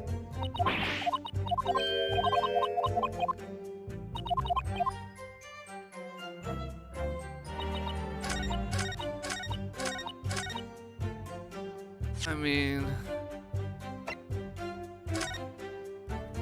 game just hits it so that we just point out any contradiction, even as meaningless as the number of books, so whatever. Can you tell me more about these 4 books that had fallen on the ground? Of course, I totally remember them.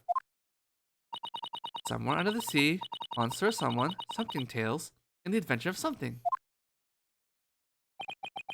It really does pay me to say this, but there's a major issue with your testimony. What?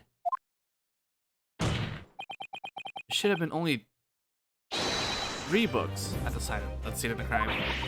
Huh? I happen to have a receipt from the used bookshop.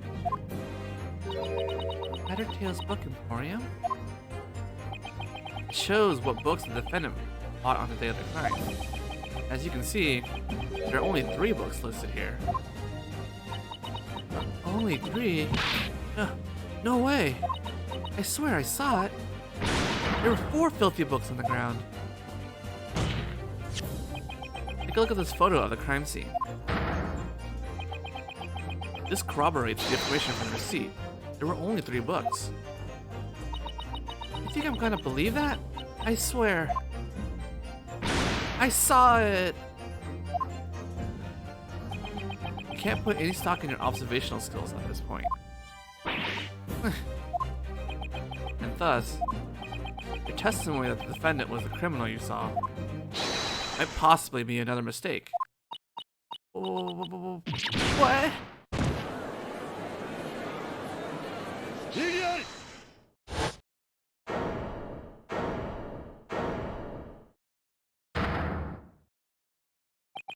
I must say, the most disappointing one among us is you, Japanese boy.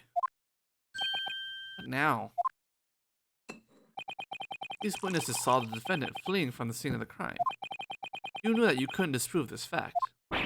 Ugh. So instead, you decided to sweep it under the rug and nitpick at these small inconsistencies. Is that about right? How can you see right through me? Your poorly prepared plan did nothing but backfire. What do you mean? It's simple. Our diligent constable's wife testified correctly. There were no contradictions. Huh? After the crime, there were undoubtedly 4 books left on Briar Road. But if you look at the photo of the crime scene, isn't it clear that there are only 3 books? Yes, there are only 3 books in view of the camera. In view? You don't mean... I have brought another photo with me. It shows what the victim was holding. That's... the 4th book. As you can clearly see, the last book is hidden behind the victim's body. No. It can't be!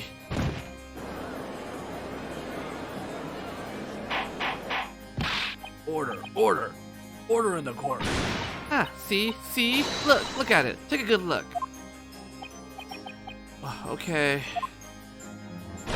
It's just like I said. Right, darling? You've got that right. Rolla, you're the greatest!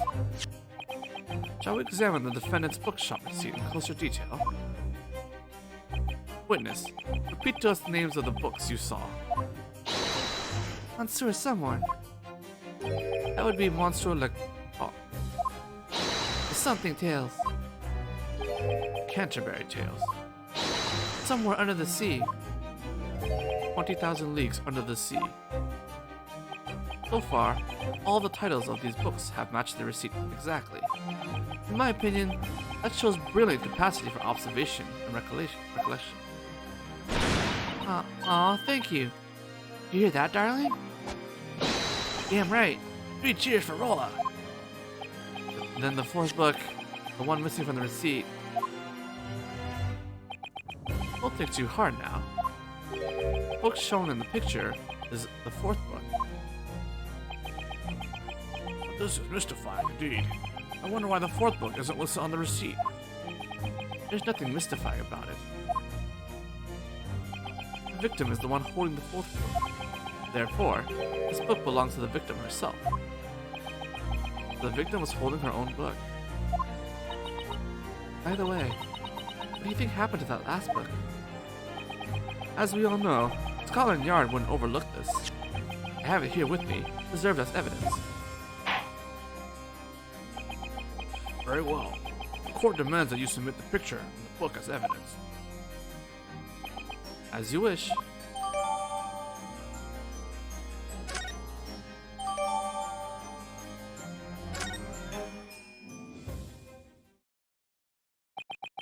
That is all. Prosecution has no further evidence. Let's examine the evidence.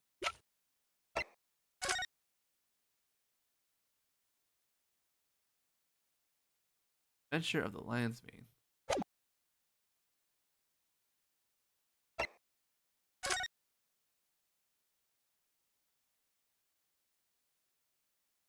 Always something on the back. Hi, look at this. What a terrible burn. Ah, this will bring forth the John and Joan case, I think. Wow, it must be unreadable in this state, especially the latter half of it. Such a shame for this happened to a good book. On further examination, it seems the burn was rather recent. The book was burned recently, huh? Nothing about this bothers me. Thanks. Thanks, game. I guess we'll continue now. How can this be? This was the obvious outcome, Japanese boy. You've tried so hard to put up every scrap of feeble resistance you could muster. Your closing argument concluded with a red herring possibility of him taking the long way. And your cross-examination concluded with worthless doubts about the witness's memory. But in the end, maybe he's right. Yep, we only told the truth of what we saw, nothing but the truth. Right, darling? Yeah, Rolla. Marry me, Rolla. Now, I'd like to hear the jury's thought on the matter once again. Need we waste more time before we bring the holy judgment on the Japanese devil? This will be the last time. Citizen jurors of the capital, we request your sage verdict. We've exhaustively investigated all the witnesses and the evidence. There's no point in further deliberation. Naruhodo, this is an extremely delicate situation. I know, but if I just throw out a baseless objection, it could make things even worse. What are you going to do here, Ryunosuke and Naruhodo? Why would I object? Whatever. Take the hit if it's wrong. I'm not going to say even a single word. It seems that even the defense has no further objections at this point. Naruhodo, you should have raised an objection. This is an extremely delicate situation, remember? Exactly. That's why I'm standing with my legs firm, covering myself in sweat, and shutting up. You're right. If I don't say anything, it's all over. Dang. I know, I absolutely can't let this end here. Hold it, please. The defense is still... Before you continue, I believe your self-indulgent hesitation is worthy of a penalty. Why? Darn. It's too late, attorney. This cross-examination was your last chance at a rebuttal. Now that it has ended, the discussion of evidence has been concluded as well. That may be, but I can't do it. Red's words just won't come out. May I have a word with you, prosecutor? I believe it's a little rash to say that we've finished going over everything. I shouldn't be surprised considering you come from a lawless Oriental land. At this point of the trial, a legal assistant should know not to open her mouth.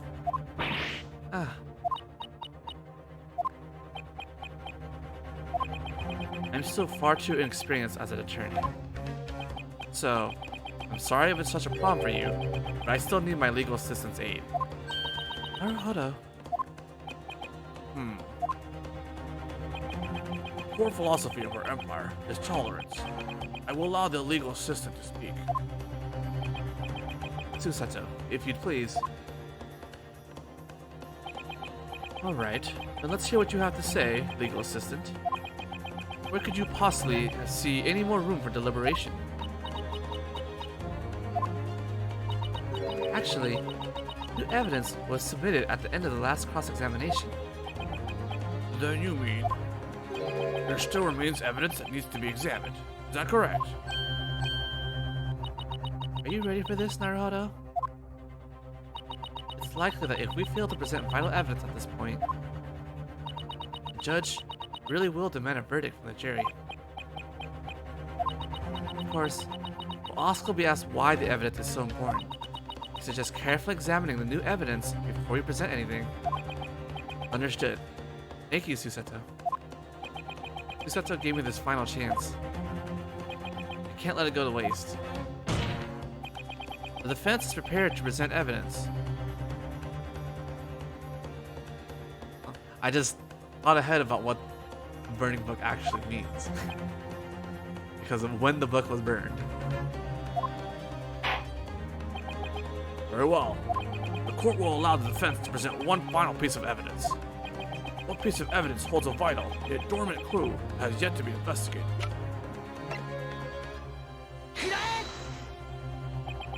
That would be what is shown in the new photo of the crime scene.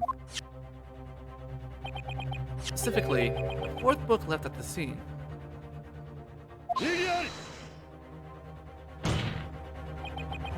I do believe that we've already reached a conclusion regarding this book. It's clear that it is unrelated to the incident, beyond being in the victim's possession. There's absolutely no need to look into this book any further. The court does agree with the prosecution on this matter. However, the defense made a certain claim earlier. It said that there is a clue dormant within this piece of evidence. The court requests that you show us this clue. Are you prepared, attorney? Well, of course. Naruhodo, the prosecution is desperately trying to avoid further investigation of this book. I think that this means you're moving along the right path. Okay, understood. Attorney, the court orders you to show us this new clue. What vital clue is left on the fourth book?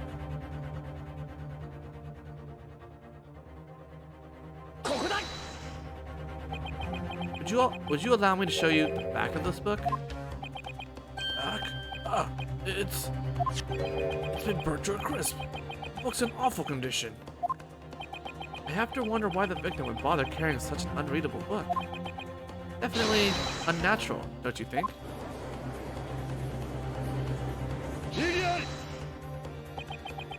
Natural? What about it, Japanese boy?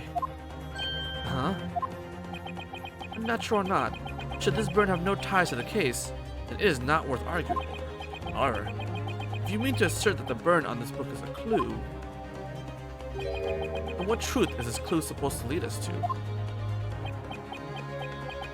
Burned book. Actually, there's one possibility that comes to mind. It's a far-fetched possibility, but I have to run with it. Alright, the defense is prepared to share its thoughts. Now, court must ask you to present one more answer, attorney. What is the truth to be gleaned from the book burn marks on this book? The owner of this book? Is that what I want?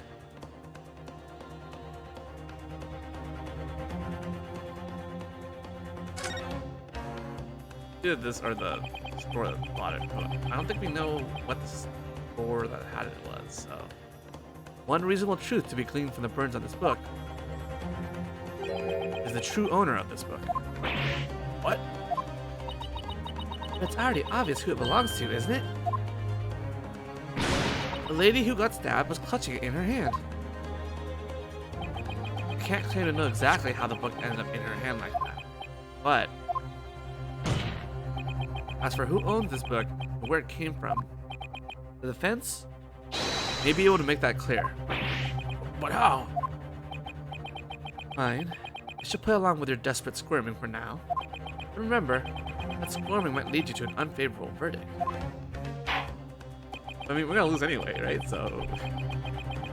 Attorney, your answer to the following question may change the direction of this trial. Who is the true owner of this mercilessly scorched book?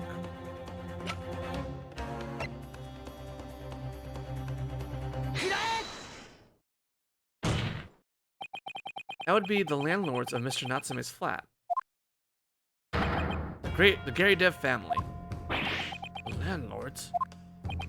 I don't know if it's a wild coincidence, or if it was fate. But among the 6 citizens chosen as this trial's jury, one of the Gary Devs is present right now. Mrs. Gary Dev. Me? Please, hold on. I'm, you see, I'm not his wife to begin with. I'm just his maid. We can leave your odd marital circumstances aside for now. All I need is for you to answer one simple question. Wasn't this book in Mr. John Gary Dev's room? I've never seen that book before. Why do you think You must have lost your mind, Japanese boy. The defendant's landlord? Really? You have no basis for your claim, yet you dare point that vile finger at a law-abiding citizen. No forgiveness could be given to such an act.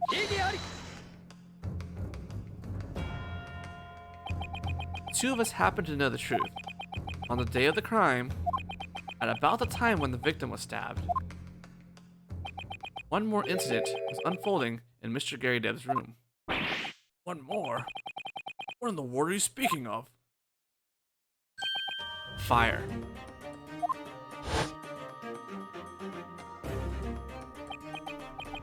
Indeed. The whole fiasco happened in the blink of an eye. The moment the flames fired up, the whole room was engulfed in thick smoke. Fortunately, it wasn't long before the fire spread to the furniture. I ended up losing the adventures of the lion's mane.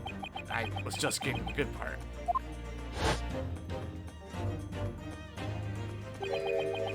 The Adventures of the Lion's Mane. It's the same name as the book we have here. Ah. Balderdash. All it means that 2 books of the same name had been burned. That book was likely lost in the fire anyway. There's no possible way that it could have been moved to the crime scene. Just so you know, the cause of the fire was apparently a fight between the Gary Devs. I'll leave out the details. The wife was absolutely furious. Even as the flames raged around them, she kept attacking Mr. Gary Dev. Wow, you can never imagine that, right, darling? Y'all hear that? Roll is as pacifistic as they get. He says as she chokes him repeatedly.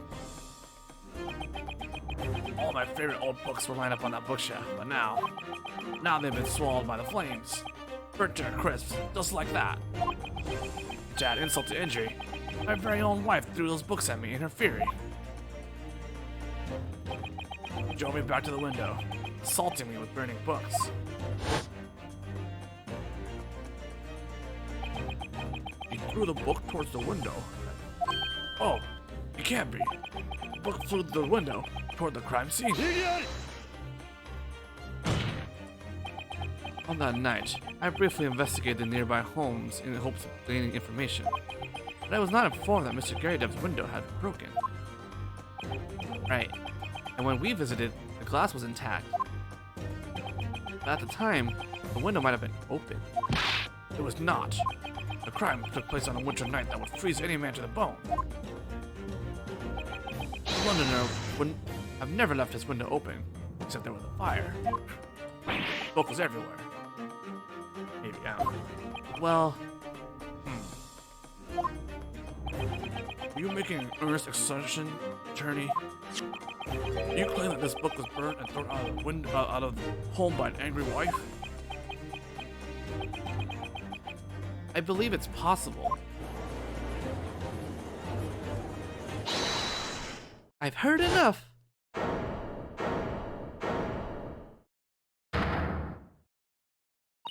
Now you all see, right? That self-proclaimed Japanese attorney over there is nothing but a yellow-bellied coward. What do you mean by coward?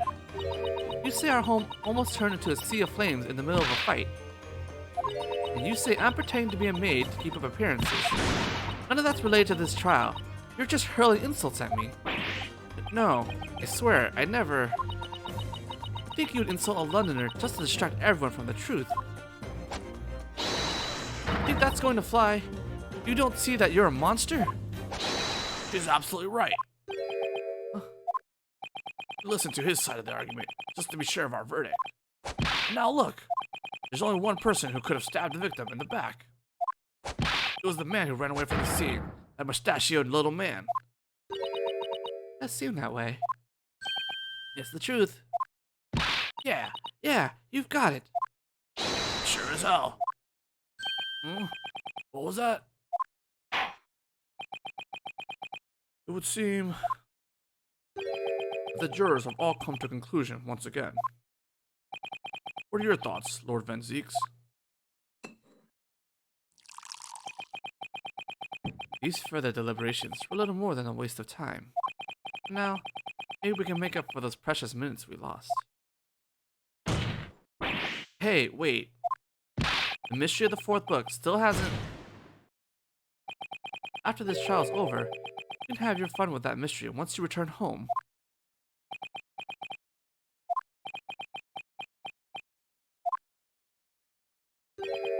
Doesn't look like he's willing to apologize for his impudence this time. Very well. Now, jurors, time has come once again. Present your verdict to the court. Yuzai! Yuzai! Yuzai! Yuzai! Yuzai! Yuzai!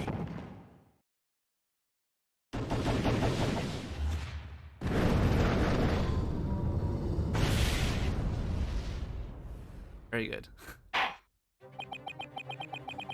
Jury has certainly made its verdict clear. Another guilty verdict. And this time... Naruhodo, keep facing forward. Susato, have you forgotten? This battle is far from over.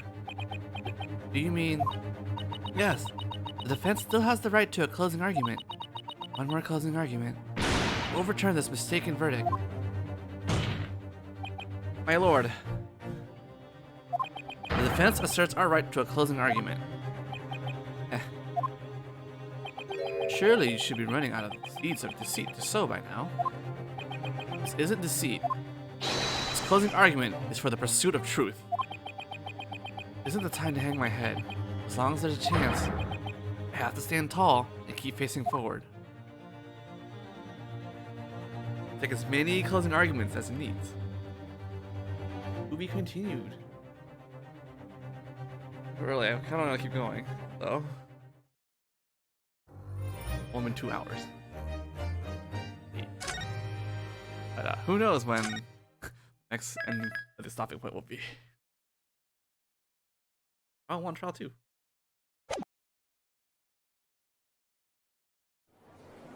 We're like just getting to the good part.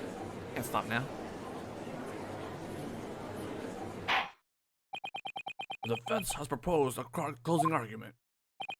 Very well. The right is a right, after all. Here begins our second closing argument. Foreman of the jury, are you prepared to begin? Of course. Now, 6 jurors. The court orders you to explain the reasons and the basis behind your guilty verdicts.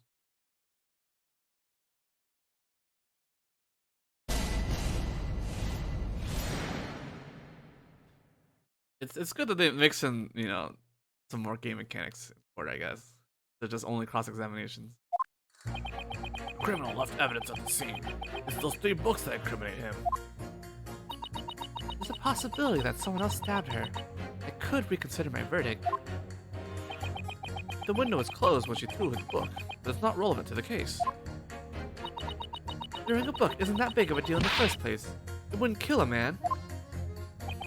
Let's wrap this up, chop chop. If I don't get paid, I'm dead meat. That reminds me, I had a house fire recently. I caught such an awful cold after. Excuse me?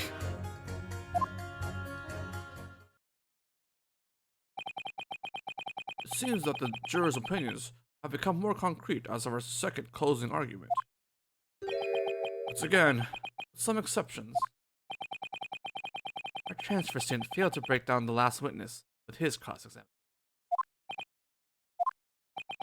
There's no denying it now. The man who ran away from the scene was the defendant. Therefore, there was not a single other person who could have committed the crime. The eyewitness account was accurate. That makes this verdict all the more conclusive. I'm afraid that's the only truth. If that's the case, this closing argument will have to prove that there's another undeniable possibility. Is a possibility undeniable, though? You already know the answer to that. To quote those ridiculous detective novels, you need the whodunit and the howdunit. As such, you must do nothing short of revealing a name and a method. If it was that simple, I wouldn't be in this mess. If you can't do it, you'll never find the truth, the path to the great turnabout. Ugh. Thus, the closing argument will now begin. I'm sure that you're prepared, defense. Sir, I guess this is the moment of truth.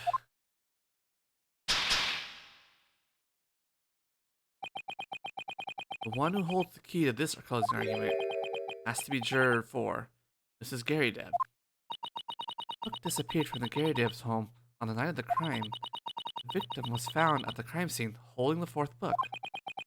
There has to be some connection between those 2 facts, and I have to be the one to prove this connection somehow. I'll use every method at my disposal, if push comes to shove. Make sure you watch the wife's reaction, even when she's not testifying. Thanks, Susato.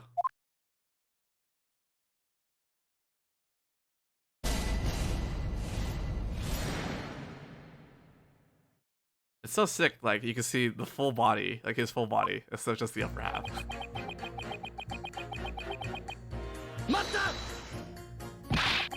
There was a 4th book dropped on the scene. Just what is that supposed to prove? 4th book just might be the property of the nearby landlord. That's exactly what I find strange about it. Huh? At the time, this landlord was in his room, no? You said that the couple set fire to the room to further enjoy their heated argument. I don't think that was their intention. Either way, it's obvious that neither of those 2 were at the crime scene. Oh, right. In other words, they have a solid alibi. They're unrelated to the crime. That Japanese shut-in is the only suspect left. I say that there's no more need for argument, I say. And I say that arguing is all I can do. Is it possible that someone else stabbed her? It could be could be useful, but not. Are you saying that you'd be willing to change your verdict? Don't get too excited now. As you can see, I am not only pragmatic, but also a woman of society. Okay. If I read the morning paper, I forget what it said by evening. I don't bother reading it. See? The very picture of a pragmatic and modern woman of society. That seems like an extreme conclusion. So far, I see sufficiently decisive testimony in the trial of a sufficiently suspicious man. That even if there may be some small sliver of doubt, he has to be the culprit. It's how pragmatic a modern woman of society should think. Don't you agree? It makes it a bit difficult for me to do my job. I'm also a fickle young lady, ready to jump to the newest fad or trend. Though, an interesting new possibility may cause me to change my verdict. That's a bit of a tall order. Sounds like you have to work hard to win the heart of a city girl. Seems like it. Her eyes are brimming with expectation. Window is closed. But it's possible that the window was open. Of course it wasn't open. How can you be so sure of that? The prosecutor cleared this up a while ago, did he not? Winter nights in London are no laughing matter. You don't open the window, silly. Sitting by the fire, cozy and warm, is a winter pastime. But you can't be certain that absolutely no one would. Absolutely no one would open the window. But why do you even have windows in the first place? Come now, Defense. I'm being so childish. Sorry. I had to find a way to clearly show that the window might have been open. Otherwise, I won't be able to win this guy over. Right.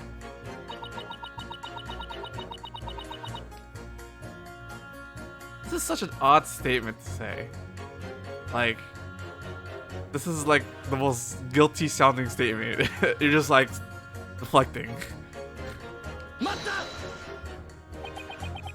You say it wouldn't kill a man, but that book was on fire, wasn't it? Right. It was burning hot with my love. I don't think that had anything to do with love. It was the fire of betrayed love, I tell you. He was in the wrong. Don't you think so too? Well, it's not good for someone to betray his wife, but wasn't it all just a misunderstanding in the first place? Either way, it was just a tiny little fight in the privacy of our own home. Him, the other guy. I hereby deny that it has anything to do with this incident. They're milking the hand slap animation. Do what you want, but I'm a little worried about juror number 5. He's been avoiding her violent outbursts by just a hair's width. Oh, she's a master of holding himself back.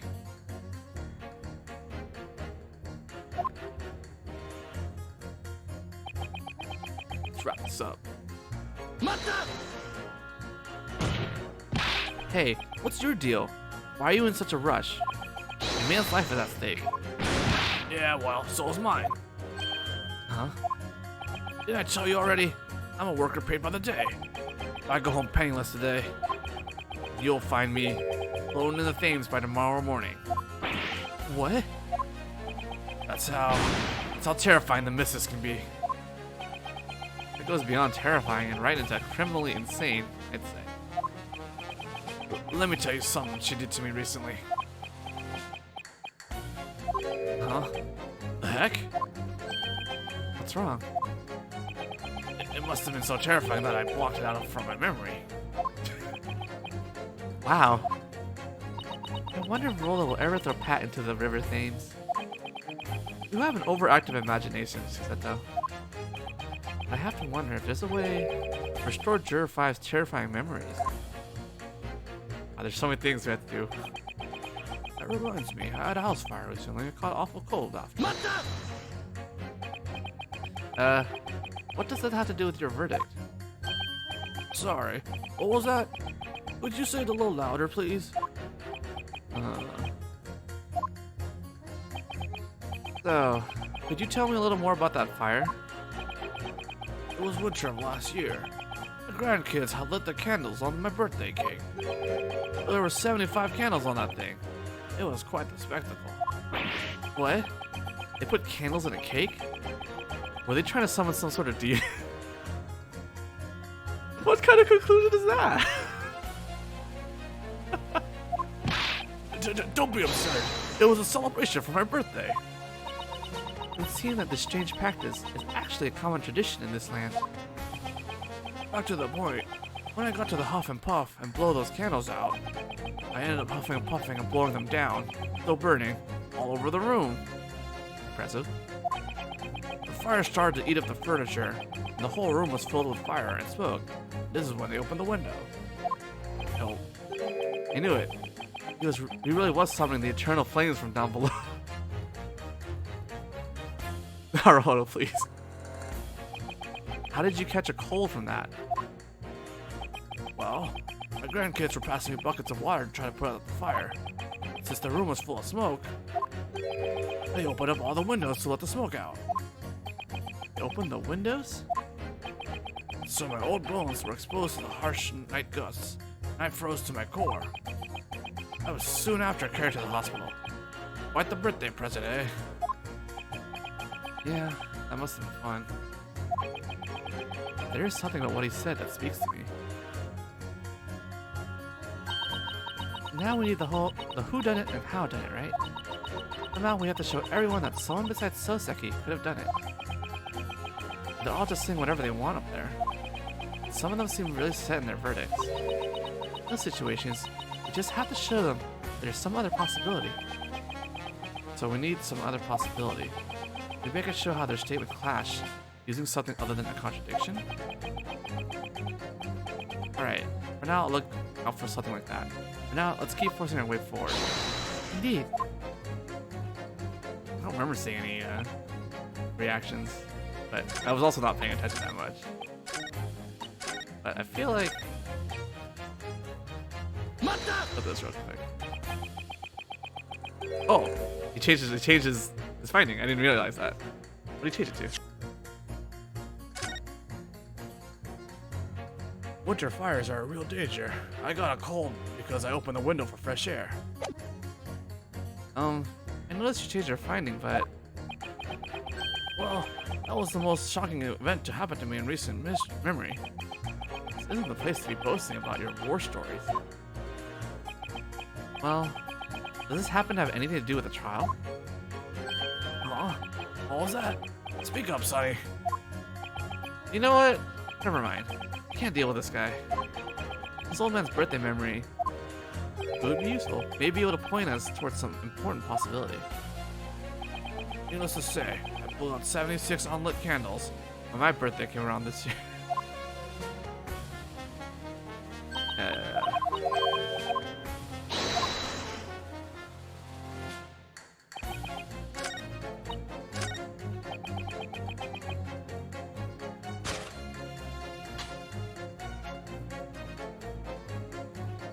What is the old statement? There. There's a clear contradiction between these two statements. Contradiction? What in the world are you talking about? Oh god, I can't take it when he points his finger at me. What? I really can't hear you unless you speak up, my boy. Juror number 3, if I may. Yes, what is it this time? Were you listening to juror number 6's birthday story? From what I heard, he opened his window, even though it was the middle of winter. That's true, but it was an emergency. If there was a fire in the room, then of course you would open the... Oh no. Seems like you get it. At the time of the crime, there was a fire in Mr. Gary Deb's room. Mr. Gary Deb told me something very interesting about what was going on at the time. The moment the flames flared up, the whole room was engulfed in thick smoke. He said that? Oh.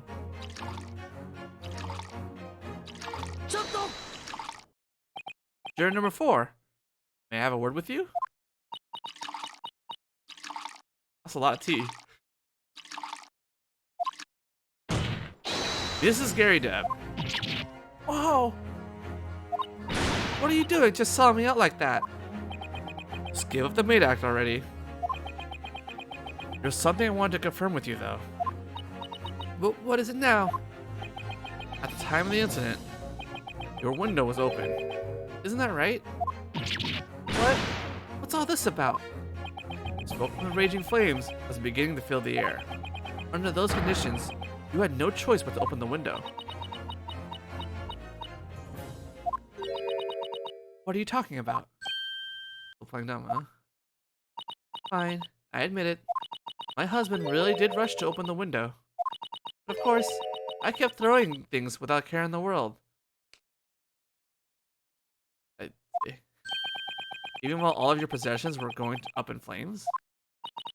Letting your anger out is good for your health, so I had to throw it to my heart's content. That doesn't sound so good for anyone's health. Anyway, you've proven that the window was open. Let's have that added to the jury's claims.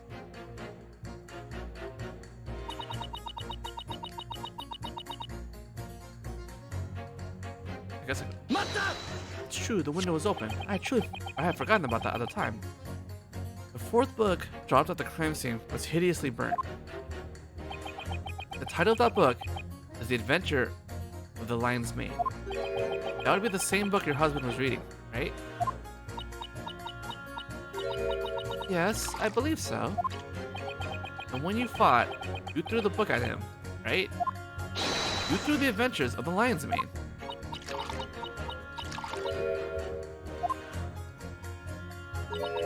I threw it. It was the closest thing in reach, but it was the very first thing I threw. Now that I think about it,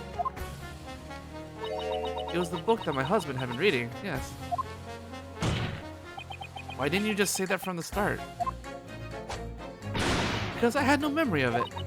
You know how it is. When something like that happens, you just throw whatever's available. I do not know how it is. Never mind the title. What the object even is doesn't matter to you in the moment.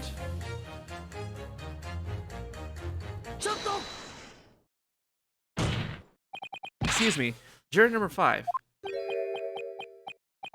Oof. I remember it all. All my repressed memories are back. Oh. What? When I was listening to that old lady, it all came back to me. Don't call me an old lady. I'm a wife and a maid, and that's it. He's not even responding to her violent outbursts. It was 2 weeks ago, after I had finished my work for the day. I reached into my pocket to retrieve the day's wage, but then it turned whiter than a sheet. There was a huge hole in my pocket, and all my money had fallen out. Wow. It's quite a tragedy, actually. Even tragedy doesn't do it justice. What? The missus was just in the middle of cutting up some chicken for dinner. This sounds bad. I barely managed to mutter, and dropped all my money, when suddenly, her knife stuck itself in the wall, hardly an inch from my nose. So terrifying, I'm speechless. I could really smell the flames then, I'll tell you what. And tonight, I'll probably be drowning in those murky depths. That's the real tragedy. I understand. And that's when I finally realized an angry woman will throw anything. Blades and knives, axes and hatchets. Haruhodo, I want you to know that not all women are like that. Yeah, I know. It's often throwing the first blade they can get their hands on. Absolute barbarians.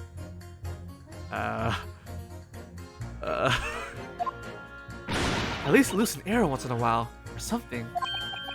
Who are we shooting at now? Now, let's pay careful attention to what juror number 5 just said.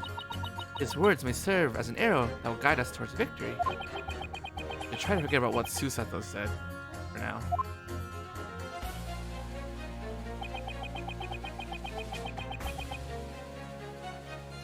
Even throws knives. Interesting. Knives? Yeah, last time there was a meat cutting knife. Real sharp that one was. You know, now that I think of it, it all started with a blown kiss. My history with the missus has just been thing after thing thrown at me. Cups, glasses, pots, kettles, stools, stoves, wardrobes, bathtub. Impressive. That last half was quite the impressive lineup. Agreed. Last week, I thought it would all end with her chucking me into the flames. Ah well, she really is sweet when she calms down. At least you have that, I guess. Yeah, I've been thinking. I keep going on and on about ladies first in this country. I bet men came up with that when they got fed up with being thrown into the thing. Thanks for the history lesson. He arrived at a rather terrible conclusion, didn't he? Statement just now. At first glance, it seems like a shocking story. But it might be able to give us a shocking advantage, too. It could even reveal a new possibility we've been asking for. Oh, thank you. Tell me what to do. New possibility. Flash. Number 2.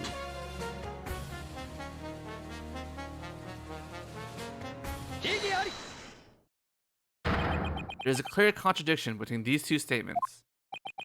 Contradiction? Explain your assertion, defense. Here, number 2. I think this may be a new possibility that you were looking for. What did you just say? I may have found another way the victim could have been stabbed with a knife. And just what is it? How is this a contradiction? The 4th book, The Adventure of the Lion's Mane, was discovered at the crime scene. If it really did come from the Gyakuten home, then we can safely come to one conclusion. There may have been one more object that was thrown from that room. What? After all, juror number 4 said she had no idea what she was throwing in her blind fury. Isn't that right, juror number 4? Just what are you implying?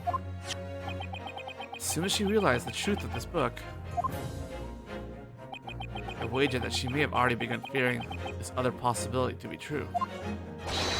Japanese attorney, as a representative of this whole jury, I request an answer. What do you believe is this other object that flew across the street from their flat? What I'm about to say is absolutely crazy. I don't have any decisive evidence to back this up, but I'm about to make a serious indictment. This is a possibility that we must investigate. Understood. The defense is ready to voice its thoughts. The other object, who out of the Gyakuten flat was...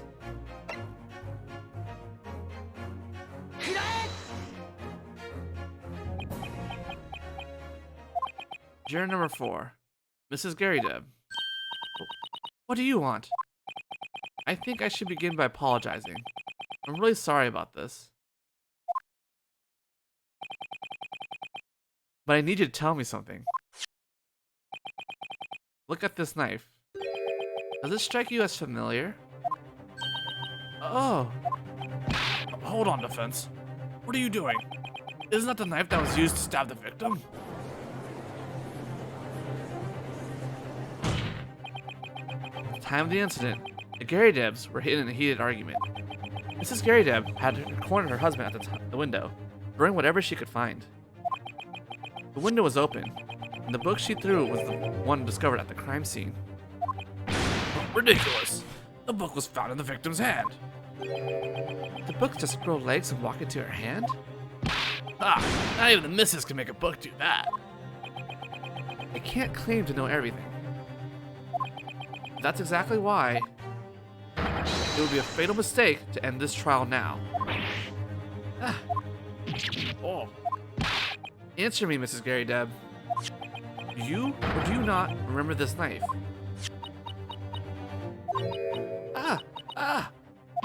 Eh. Oh, she's dead. My lord, I would like to amend my verdict. I made a promise, after all. God. Juror 2. And I will as well. This is unexpected. This is an unexpected turn of events. I agree. It would be a mistake to end the trial at this point. Norman. Don't forget about me. I don't really think this old lady really did it, but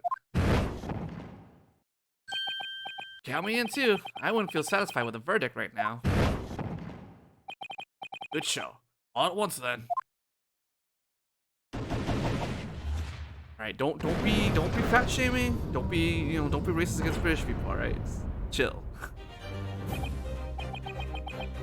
We've done it.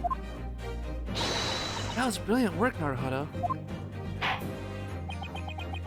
The jury's verdict was changed as a result of the defense's closing argument.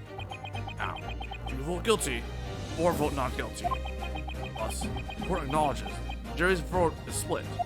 It orders you all to continue the trial.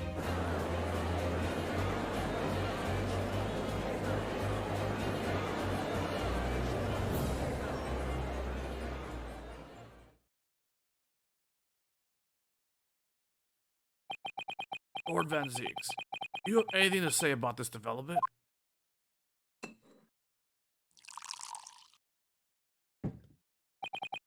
It reminds me of a strikingly tasteless farce.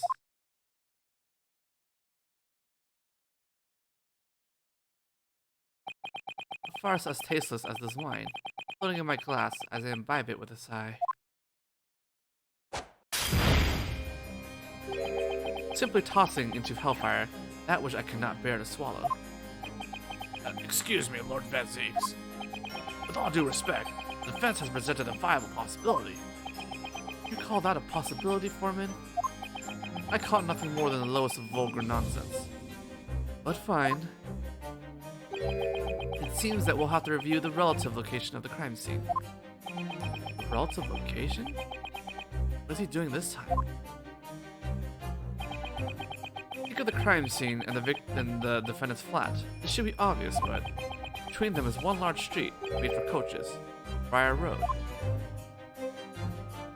The distance between the crime scene and the landlord's couple's home is no less than 15 yards. 15 yards? About 14 meters. Thanks for the math. 14 meters? It's way further than I expected. Now, I'm sure you've all had the same doubts as I. A book was discovered in the collapsed victim's hand. This book was engulfed in flames, thrown by an enraged housewife, flew 15 yards, fell perfectly into the victim's hand while she was toppled over on the ground? You plan to tell me that this is your conclusive argument? Not only that, but as if chasing after the book, the knife also flew across the road, slipped straight into the victim's back. Perhaps next you'll say a pig flew after it. Even those ridiculous detective novels could tell better stories than your delusion. Ugh. I don't have a rebuttal for that. Even prosecutors shouldn't be allowed to say things like that. Susato? How dare he call detective novels ridiculous? I won't stand for this. That's the part you had a problem with? My lord, excuse me, but I can hold my tongue no longer. What is it, legal assistant? It may seem like a wild dream to that prosecutor, but the new possibility revealed by the defense has changed the verdict nonetheless. Therefore, this court has no choice to consider that possibility. And the only way to do that... Cross-examine juror number 4, Joan Garydeb. What? You want to cross-examine a juror?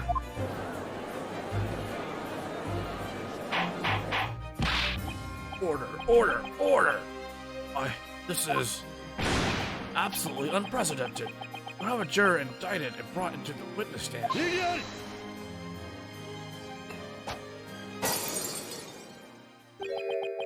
would be a complete waste of time. Lord Van Zieks. You were already in the middle of a witness cross-examination. And if the nonsense from before was anything to go by, she was throwing burning books and knives from above. Maybe we should ask the current witnesses about that instead. What do you think, witnesses?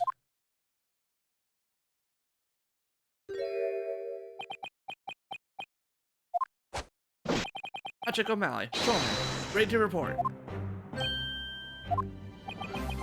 It would seem he's finally awake. I'm so sorry for slipping through the trial. I've been chasing so many scoundrels around the city. It's been about a month of no sleep. We did. London constables truly are heroic, aren't they? Rolla, I know you've been fighting all this alone. You don't have to worry anymore. Oh, Pat. I think I'm falling in love.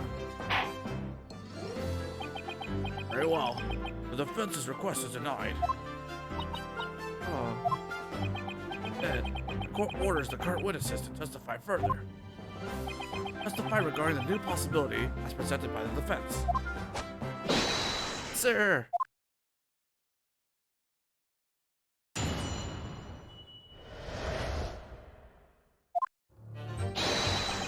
As a constable of London's police force, I can say that Mrs. Garydeb is unrelated to the case.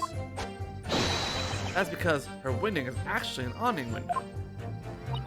Besides, if something was flying through the air, Pat wouldn't have missed it. I wasn't very close to the crime scene. Pat was watching over it like a hawk.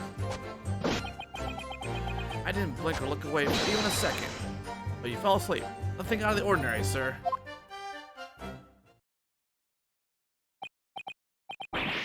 Incredible. They were awning windows? Constable, you didn't report this to me. Oh, well, I'm sorry. See, I was so tired. Tired or not, that makes for no excuse, Constable.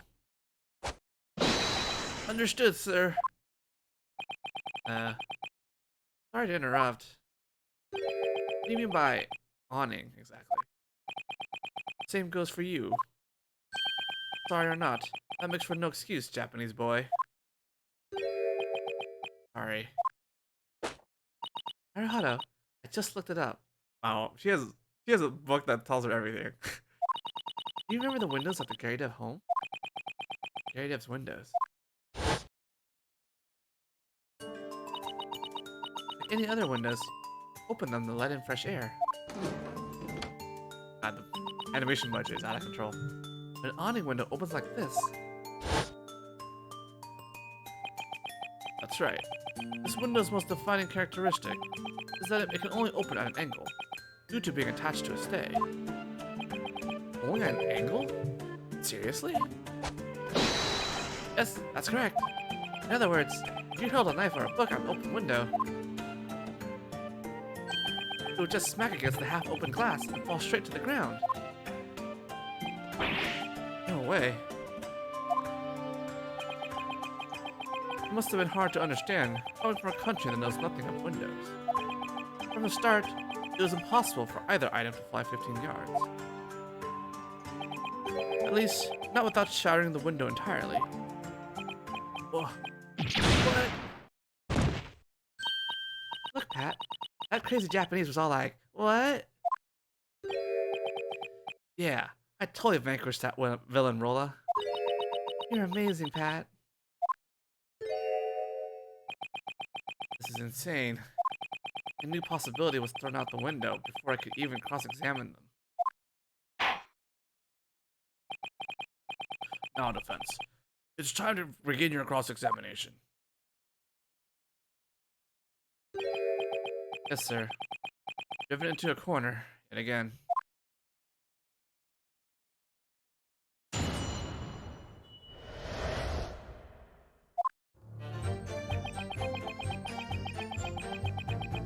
Unrelated to the case.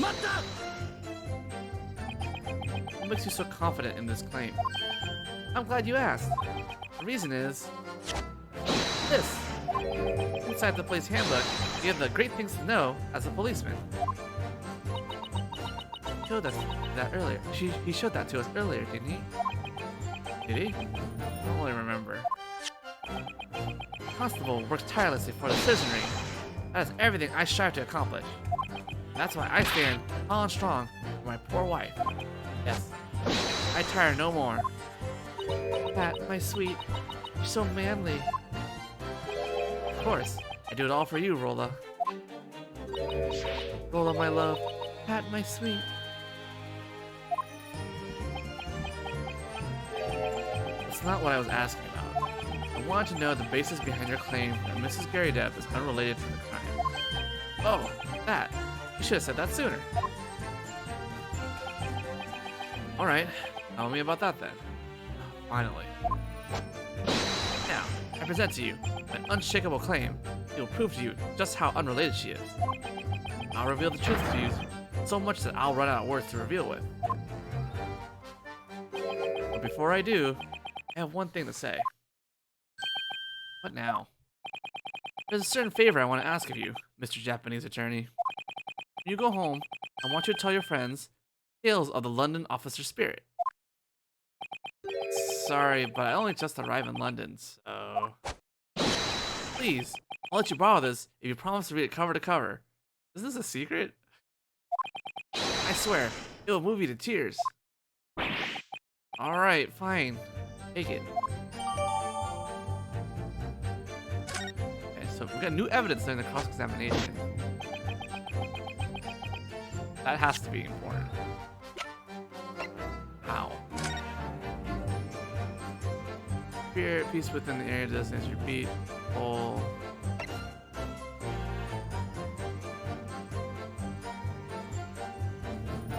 Must assist in the initial investigation. He's not in his beat. He doesn't need to lead the investigation. But he has to help in the initial investigation.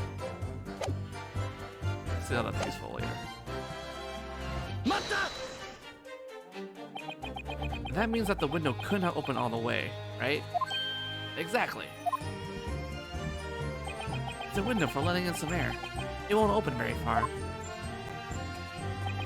As such, if an item were to fly out the window, it would hit the window pane and fall to the ground below.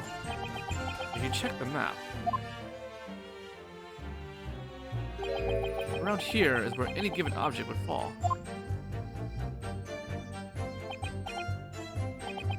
It's on the opposite side of the crime scene, I see. Wish I knew about these awning windows earlier. Oh, by the way, I have a question for you, Pat. What is it, sir? How did you even know about the awning window? What leads you to know that Mr. Garydev's window was an awning window? Oh, that's easy. Yesterday, I assisted with the investigation. True. Happened. Excuse me, Rolla. Yes? Why do you look so happy right now? I was just thinking, two of us really are lucky, you know? What? I mean, it's a shame that the lady got stabbed, but crimes happened just outside of Pat's beat. Is that so? Yeah, you could say Briar Road is the border between beats. Isn't that right, Pat?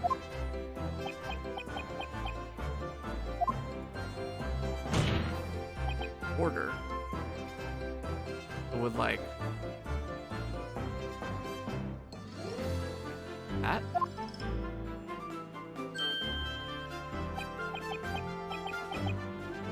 I feel like we'll probably get to the point where like it's actually on his beat and he has to be the lead investigator, but I don't really see where we're going with that either, but whatever. Yeah, right. Actually, the reason I helped investigate the Garydev resident yesterday is because that area is part of my beat. Okay, so his side's that left side. Wow, it really did happen right on the border. Pat, I'd like you to confirm something with you. Which beat does the footpath just in front of Mr. Garydev's home belong to? Oh, the Garydev home. That would be my beat, ma'am. It's the first I've heard of this. The lady had just been stabbed on the other side of Briar Road that night. There's no way we would have made it to our anniversary dinner. Pat has to do his job after all. But... Commendable worth, indeed. That's just what we expect from a constabulary. Pat always works so hard. It must have been God watching over him this one time. Don't you think so, Pat? Yeah, I think you're right. I should probably keep track of all this information. I'll take care of that. I'll take care of that. Alright, I'll do the talking.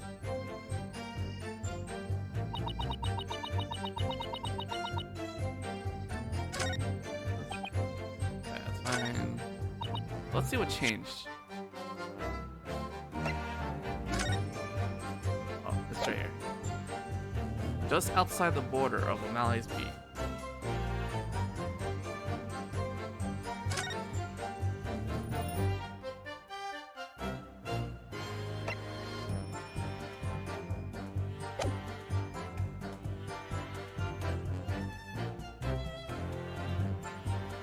I guess that explains why. Oh, I don't remember.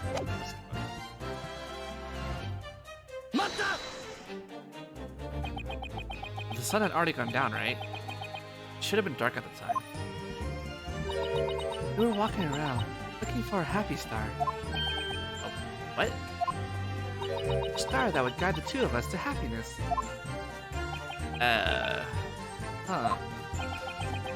If a flaming book happened to fly overhead, it probably would have looked something like a shooting star. Let me tell you, if I saw a shooting star, I would have wished 3 times over that Pat would become the chief of police. But due to all the fog and smog, we couldn't see any stars at all. In short, not a single knife or book flew overhead before the crime. Right you are, sir. I swear it on the starless London sky. It really doesn't seem like he's lying. Just after we witnessed the crime, 2 of us rushed to the scene. I wasn't very close to the crime scene. I was watching over it like a hawk. You ran to a police box for help, right? Yes, that's right. I know where all the police boxes are in Pat's beat are, but it's not her fault she doesn't know where they are in any other beat. Pat told me where to go, but I got a little bit lost. Rolla, my love, you're so cute when you're lost without a clue. Rolla, my love, Pat, my sweet. Shut up already. Anyway, thanks for that. It took about 15 minutes before I came back. Pat was watching over the scene the whole time. I was off duty, but I still did the job, for I am a patrolman. I didn't blink or look away for even a second. Nothing out of the ordinary, sir. There was nothing out of the ordinary at all? Right, sir. I was keeping an eye on the crime scene the whole time. No person, animal, or thing got anywhere close to it. I swear it's the truth, but my name isn't Patrolman Patrick O'Malley. That's a bit strange, don't you think? What's strange? I'm perfectly normal. The Adventures of the Lion's Mane is supposed to be Mr. Gary Deb's. How did this burnt book end up in the victim's grasp? If you were watching like a hawk, then you must have noticed something, right?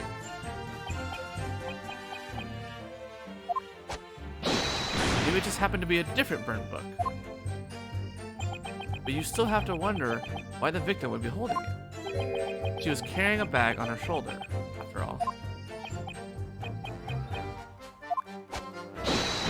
Either way, when I found her, she was already holding the book. I see. There's something strange about this testimony.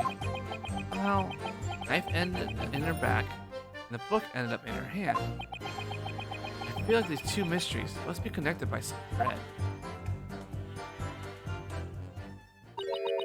Mr. Attorney, how about I ask you a question? Sure. What is it? You're doubting our testimony again, aren't you? Huh? Oh no, I wasn't really... Here we go again. Let me just tell you one thing. Don't underestimate me just because I'm a girl. I am the wife of a police officer, so my testimony is totally trustworthy. Right. I just... No, I don't want to hear any more excuses from you. I guess I'll just have to keep talking if I want to convince you. Do you mind, my lord? Do as you please. Add to your testimony, if you wish. Not that I could ask you to do otherwise. Judge was muttering something just now. Listen up real good.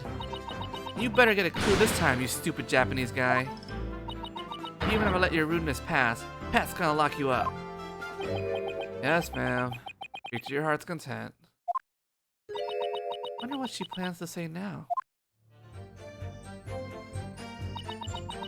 My eyesight is the best. I'm just not great at directions, not all.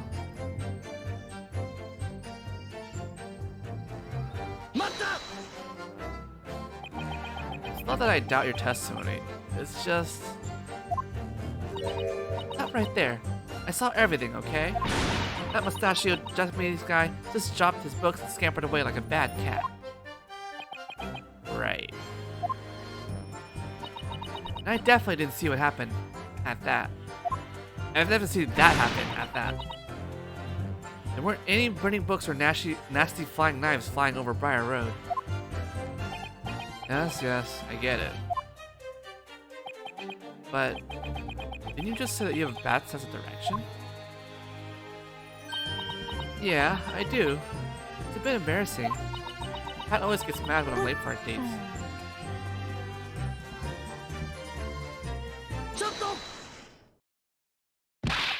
Pat, may I ask you something?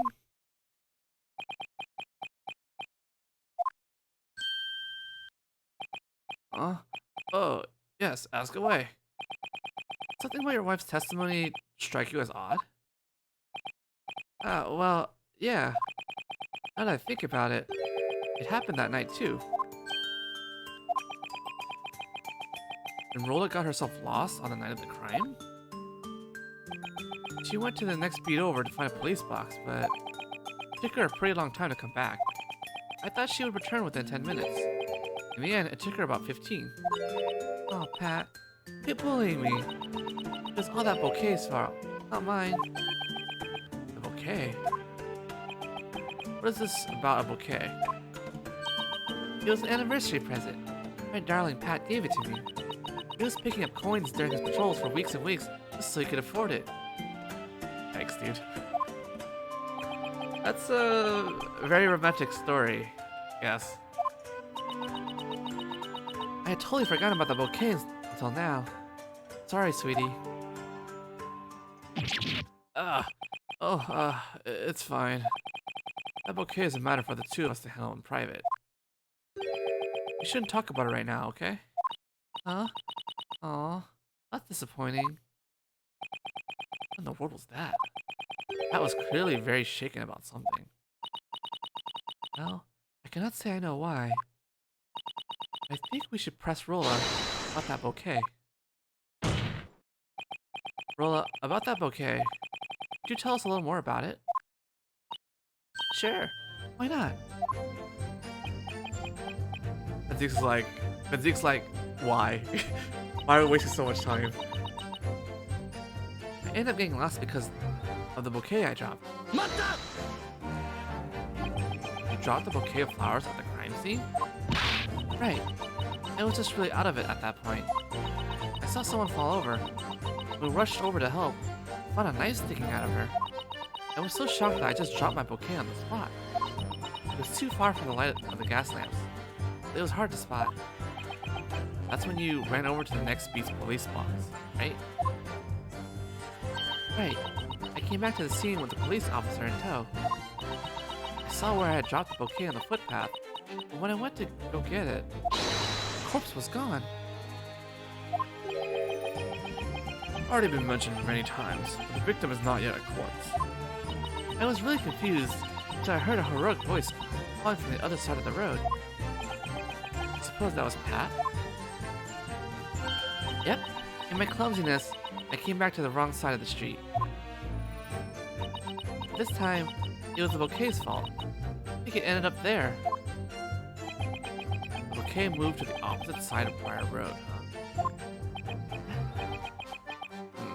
A strange story indeed. And in the end, I forgot to go back and get it. You don't know how much change Pat had to pick up off the street just to buy me that. When you say bouquet, might it perhaps be this? Ah, that's it! That's the bouquet Pat bought me with all the change he picked up off the street. I think it's best if you don't keep telling everyone that part. Where did you find this bouquet? According to an officer's report about the crime scene, it was found at the corner of the footpath in front of Don Garydev's residence. It was in front of Mr. Garydev's home. Because it was in an area far from the gas lamps, it wasn't found until the next day. The police believed it to be unrelated to the crime, as it was on the other side of the road. Thank you so much, Mr. Prosecutor. I'll be taking that back right now. For now, I think it would be better for the court to accept this as evidence. Huh?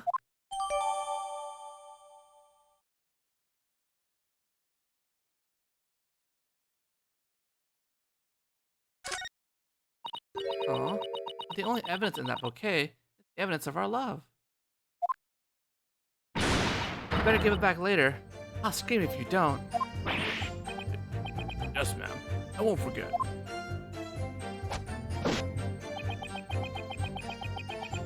Okay, let's... Yeah.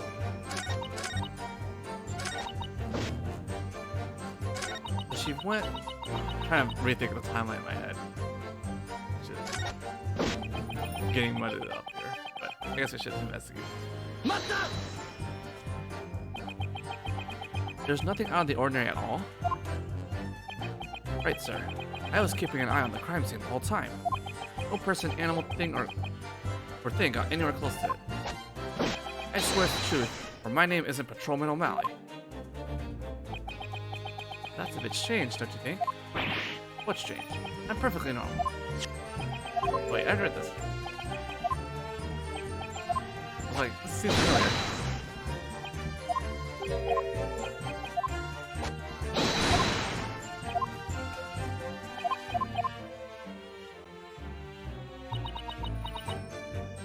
What do you think, Naruhodo? Thing is, I'm getting a strange feeling from this trial. With its absentee assailant, I feel like we've already seen the solution in some way. What book should have never appeared at the crime scene? At first, I thought the one keeping secrets about it was Mrs. Garydev. But now, I see there's someone else who isn't revealing everything they know about it. The final weapon must already be within my grasp. Now, all I have to do is present it and drag out the truth.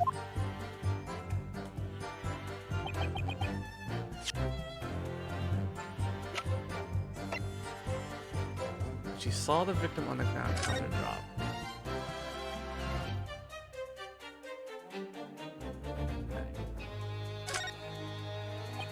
Okay. Sure is some fancy wrapping paper. These are just old newspapers, Naruhodo. It feels like anything wrapped with stuff from Britain would look fancy. Yes, I suppose you're right.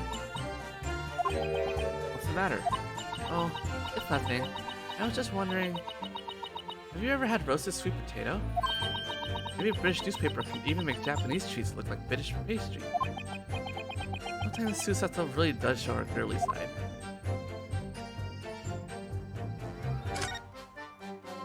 Wow, British rose. More beautiful than I'd ever imagined.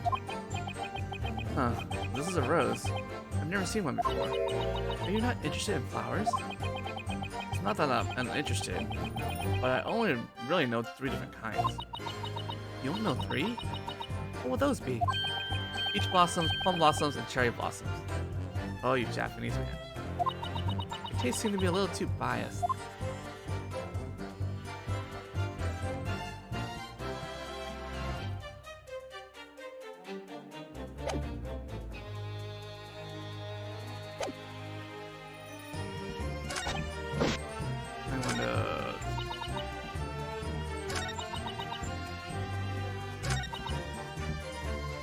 I'm gonna reread this.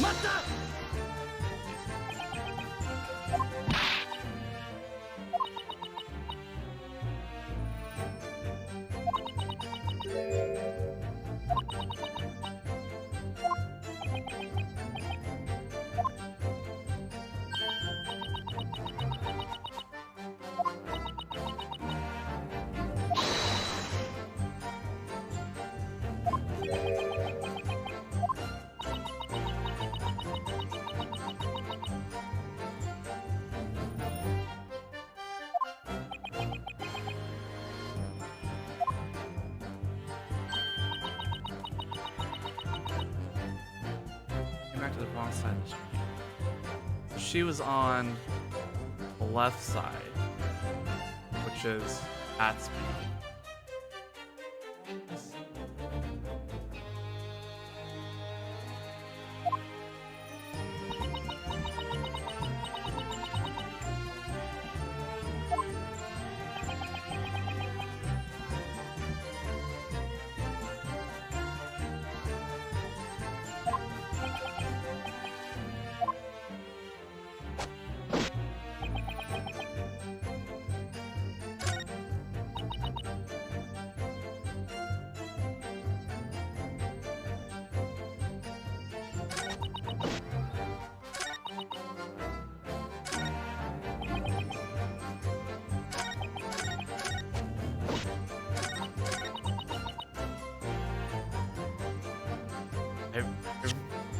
For some reason, I really just want to present this here. I don't know why, but like, I just want to. Which is wrong, of course. But for some reason, I don't know. My body wants me to do it real bad.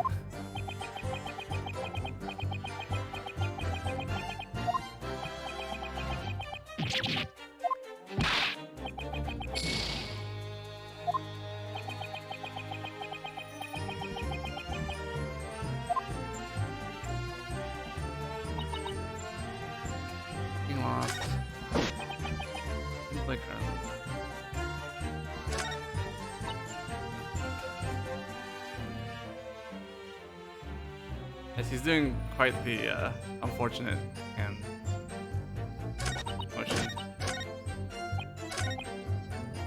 Nothing there. Playing window.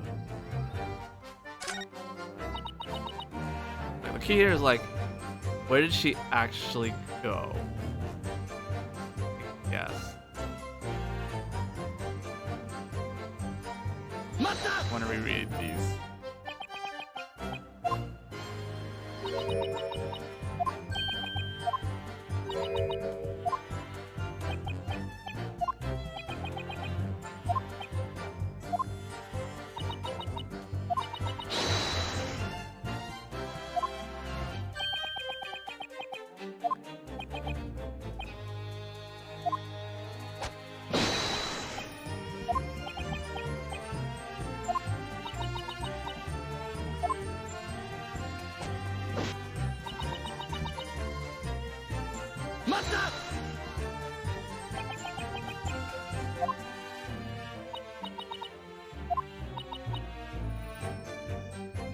She knows where all the police boxes and at speed are, which is the left side of the map.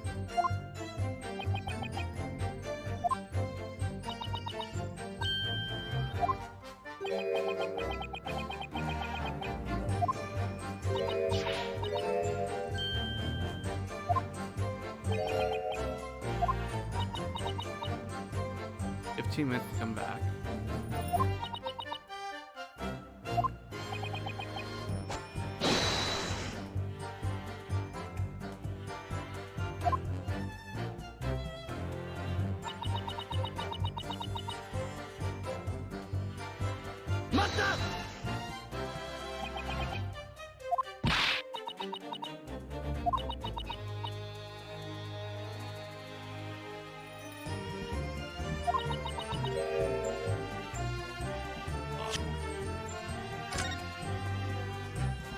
Lost some of her. When we rushed over to help, we found us taking out of her. So she ran to the victim, which is on the right side of the road, and then she dropped the bouquet. But the bouquet was found.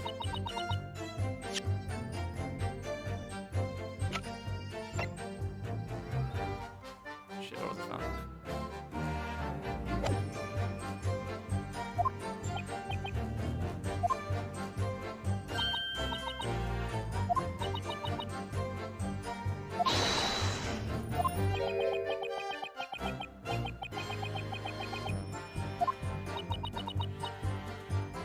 The road. Came back to the wrong side of it.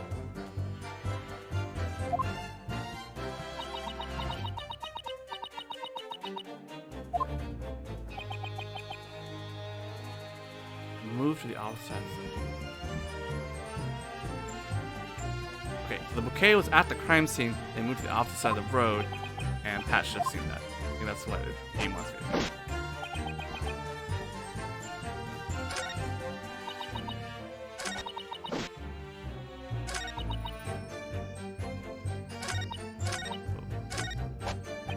Where do I do that? Whatever. There you go. I had to like revisualize the timeline in my head because all the details are very minute. Okay. When you were watching over the crime scene, there was nothing out of the ordinary? That can't be right. What do you mean? Rolla, you said the following in your testimony. When you returned from calling a constable at a nearby police box, you saw where you dropped the flowers. The victim's body was nowhere to be seen. In reality, the victim's body had fallen on the opposite side of Briar Road. Such a tiny bouquet. And really, not even such a bouquet as that. I imagine that it was simply blown across the road by the wind. Tiny? Let's say you're correct. If so, why didn't Pat testify as such?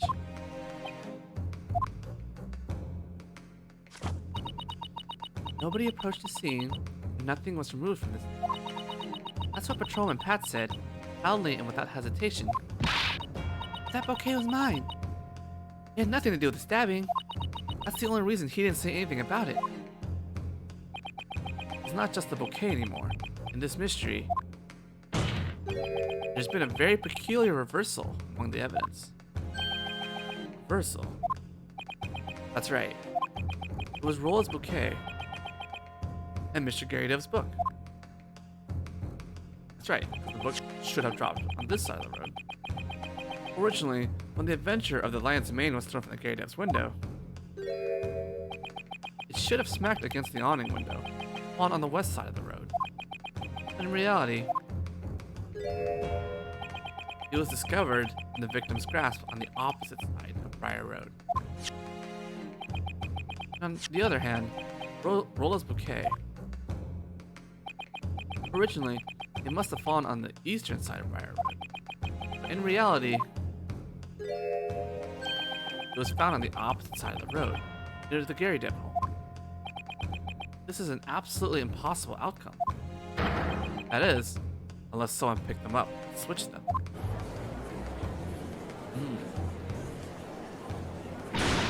What in the world? What's wrong with you? Like you're trying to make Pat out to be the bad guy. She's right. We can't listen to that demon attorney anymore. The book, the bouquet, who cares? It's all trivial little details. It looks like Mr. Gary Dev's wife has come back to life.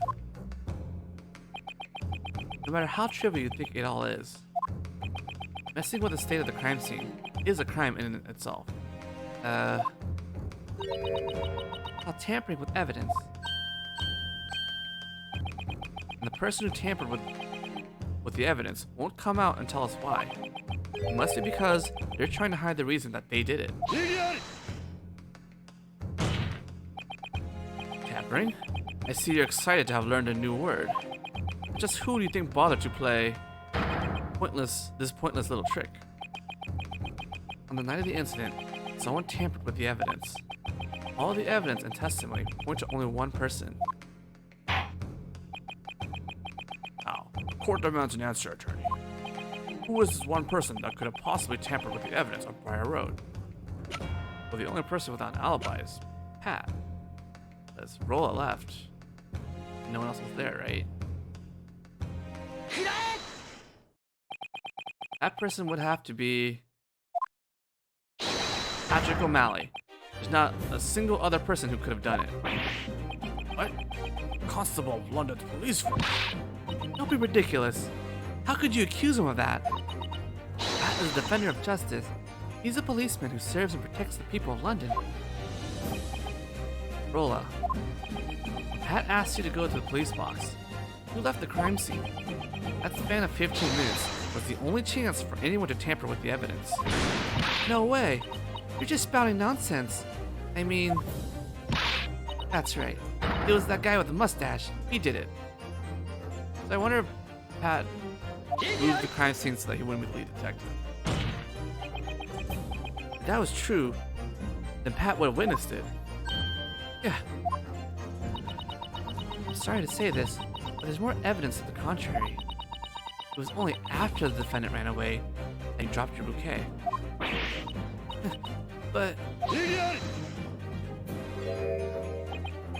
First, you indict the landlord couple. Now you're brazenly accusing a constable of London. Your accusation is missing one essential element. The motive. You claim that he tampered with the crime scene. But you see, only someone who was hoping to hide something could commit such a crime. Yeah, that's right. We just happened to witness the crime. How would we have anything to hide? For what purpose would he have to tamper with the evidence? As long as you can't provide an explanation, your accusation amounts to nothing. Pat must have had some reason to tamper with the evidence. That reason must be the key to solving this mystery. Arado, do you think that you figured it out? An indictment towards a London constable? You'd best hope you're onto something here. You're wrong. This could be a lethal blow to your reputation as an attorney. Keep that in mind as you formulate an answer. Understood.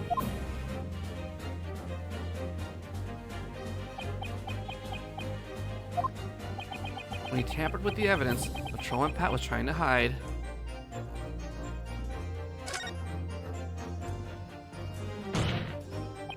Think of where the victim was stabbed. Pat desperately needed to hide the truth of where she was really stabbed. What? Huh? What do you mean by where she was really stabbed? It doesn't make any sense. We've already known that since the trial started. She was stabbed on the footpath by Briar Road. Pat and I saw it. See? Right here. Everyone agrees with me too. Sure. Everyone may have believed that at first. But the truth of the matter is, Meridian Green was not stabbed at this location. Huh? What?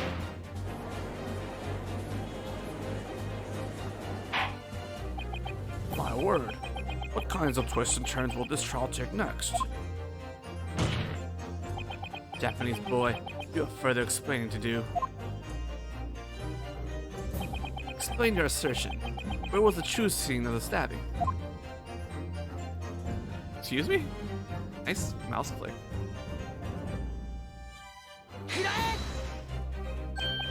That's...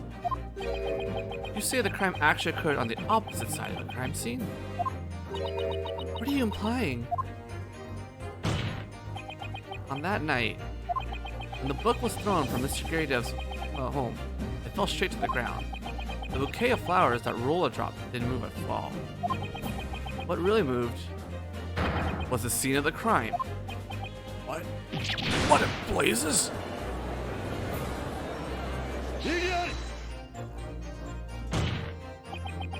It looks like you haven't been listening to the testimony so far. These two fine citizens witnessed the very moment of the crime. He's right. We totally saw it. It was 5 o'clock in the evening. The sun had already been set, and London's famous fog rolled in.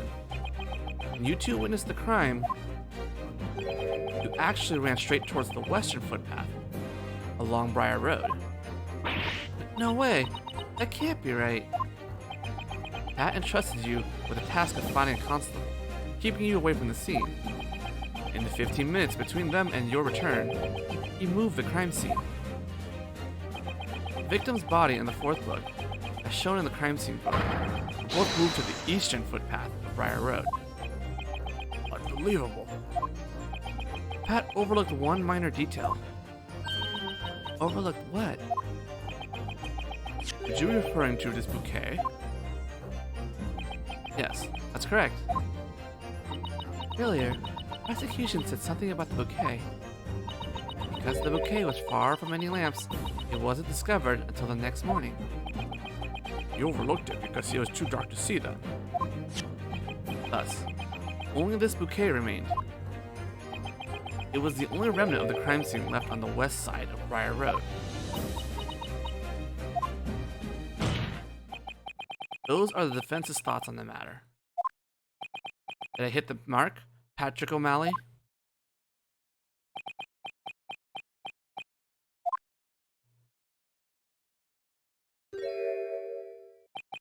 Oh, sorry. Really, so sorry. Here I am, sleeping at a vital moment. But you see, I haven't slept in a full month. Pat. He's lying, isn't he? That attorney can't be right. Pat, you've always fought so hard for justice. It was dreaming. I had an awful nightmare. I dreamed that everything I did that evening would be found out in court. But I guess it wasn't just a dream, after all. What? What in blazes? Order, order, order! What in blazes? What in the world is going on here? This is just... Pat, why? Why would you do something like that? Isn't tampering with dead bodies a crime? He still doesn't know that the victim's not dead, I guess. Constable, why on earth did you do that? You're supposed to be an upright policeman, working for the sake of the citizenry. Why? I can't tell you why. What do you mean you can't? I'm really sorry. This is all my fault. I've sullied Scotland Yard's good name.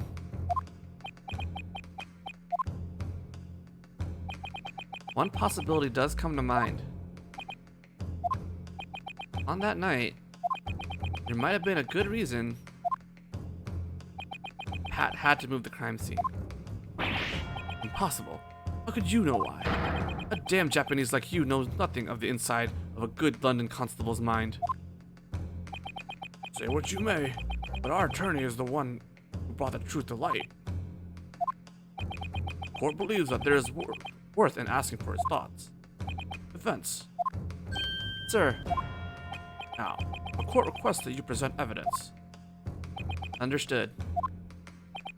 Whether they be British or Japanese, all people share the same feelings.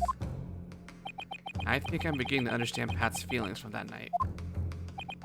What evidence reveals the motive for Patrolman O'Malley's deceit?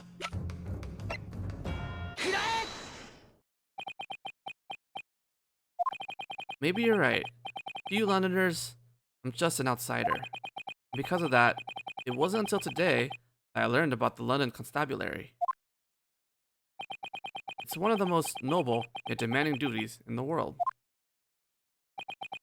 They patrol the city and maintain order, all while doing odd jobs to support our citizenry. Yes, those young constables are driven by the many duties they must undertake daily.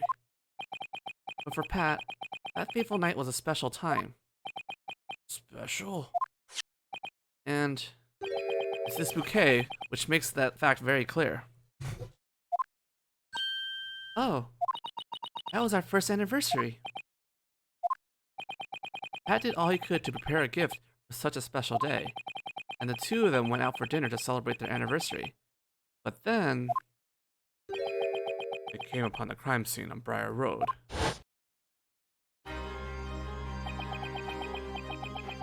They witnessed a young woman fallen under the gas lamps in thin fog.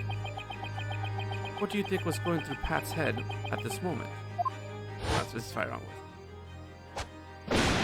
I just wanted that one single day to be peaceful, that we could celebrate our anniversary. I'm always leaving her alone because work is so busy. My poor, beloved Rolla.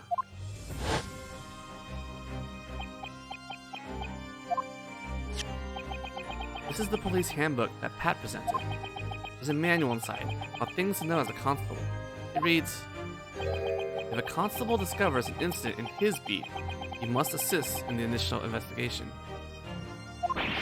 Ah, that is why, isn't it, Pat? Don't admit that. This is why you moved the crime scene. Well, you've seen right through me. So that's the problem. The investigation was in his beat. Oh. That's right. At first, Pat was supposed to lead the investigation as the beat's constable. I see. Then, Patrolman O'Malley, did you... At the time, for the first time after I got my dream job as a constable, I started to pray. Rolla, stay close to me. The criminal might still be on the scene. When I ran to the crime scene, I was acting not as a husband, but as a policeman. We have to hurry up and notify the police. And then I realized the significance of where the victim collapsed. The constable discovers an incident in his beat. He must assist in the initial investigation. Why did this have to happen here? Day of all days. Why? It was the one day I needed peace.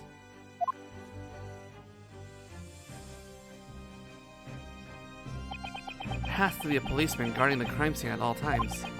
I told Rolla to go to the police box and bring the officers over. And then, when I opened my mouth to speak, he shouted words that even I'm disgusted by. This road is part of the next beat over, Rolla. Go to that beat's police box. Take a right on Meersham Road.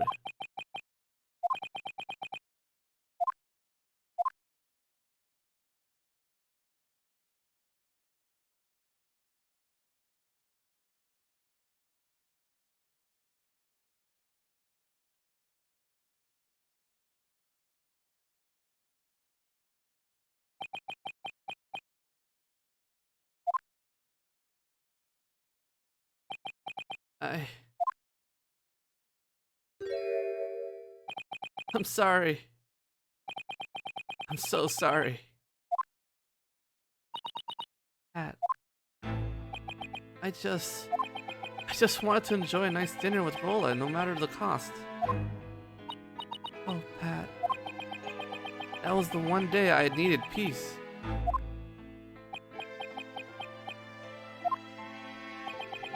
If the incident had occurred in your beat, you wouldn't have been able to celebrate. Thus, you chose to move the crime scene to the beat on the eastern side of Briar Road. To be honest, at the time, I thought the victim was dead. Really? Of course he did, because I know that my Pat wouldn't leave a stab victim on the cold, hard ground. Yes, I suppose you're right. But either way, God is punishing me for my actions now. I can't believe it. Out of everything at the crime scene, the one thing I forgot was the bouquet I brought for her. No, Pat, that was my fault. I was the one who dropped the bouquet out of sight. I'm sorry, Pat.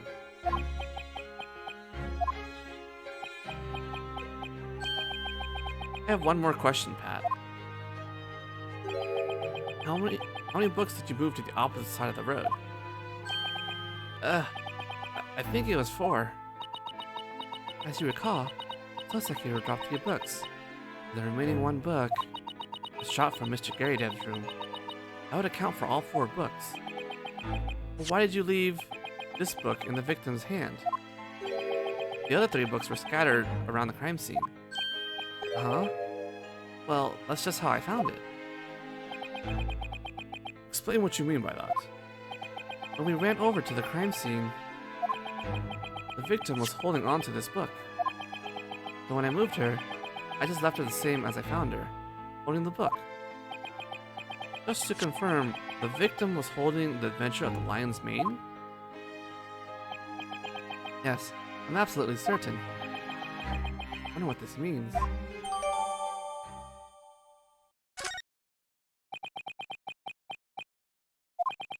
At the time, I thought that this would be an open and shut case.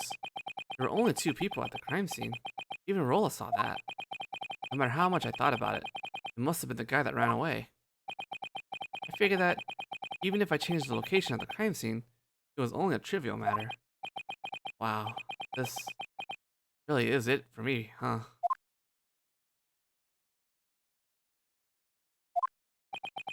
My lord. What is it, Lord Van Zeeks? This cross-examination is over. Constable, you may step down now. Sir. Mr. Prosecutor? What's going to happen to my pet? You're free to go home for today. Expect contact from the yard.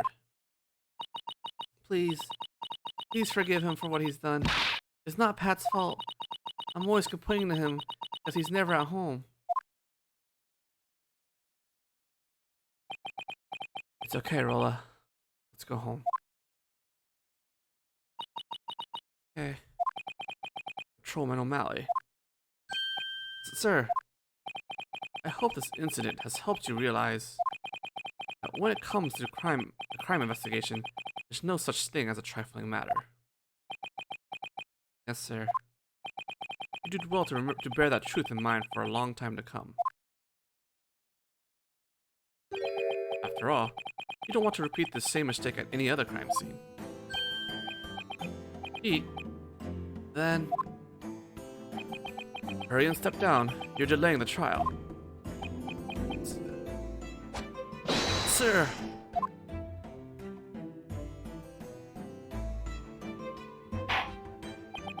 An astonishing truth has been made clear in our court today. The crime scene was tampered with by a third party.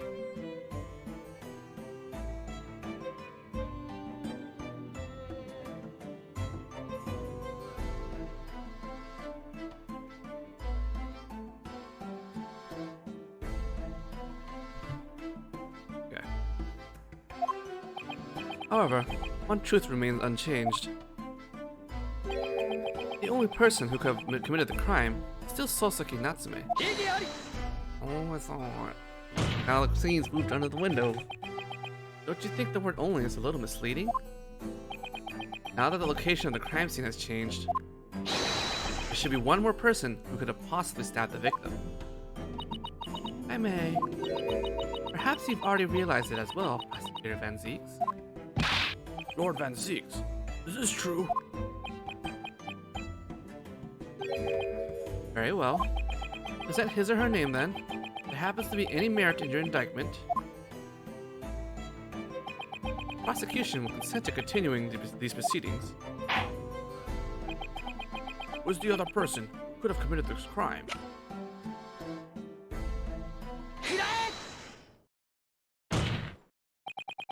Defense is ready to call this witness once again.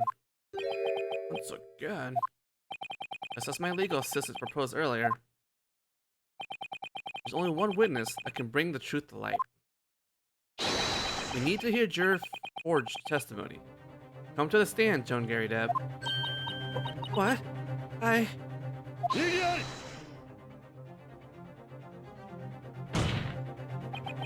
I recall, your request was already overruled. But we have new information now. The situation is entirely different. Mrs. Gary Deb, may I have a moment? What do you want? When the crime was committed, you and your husband were fighting. During your fight, a fire broke out in your home. Mr. Gary Deb opened the window facing Briar Road. The smoke could escape. And what of it? You threw this book at your husband, who you had cornered at the window. The book then hit the awning window and fell straight to the ground. And, as we have just established, the place it fell was exactly where the crime really took place. And again, what of it?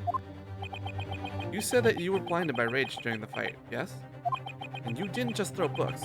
You threw anything you can get your hands on. I want you to confirm this for me one more time. This knife is the one found in the victim's bag.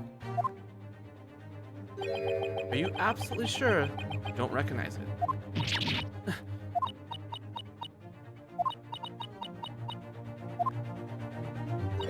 Yes, I'm sure. Huh? How am I supposed to remember what I threw at him? Anyway, didn't the prosecutor say that jurors shouldn't have to testify? Well, I remember saying nothing of the sort. Juror 4. Oh, ladies and gentlemen of the jury, do not misunderstand. You are not above the law.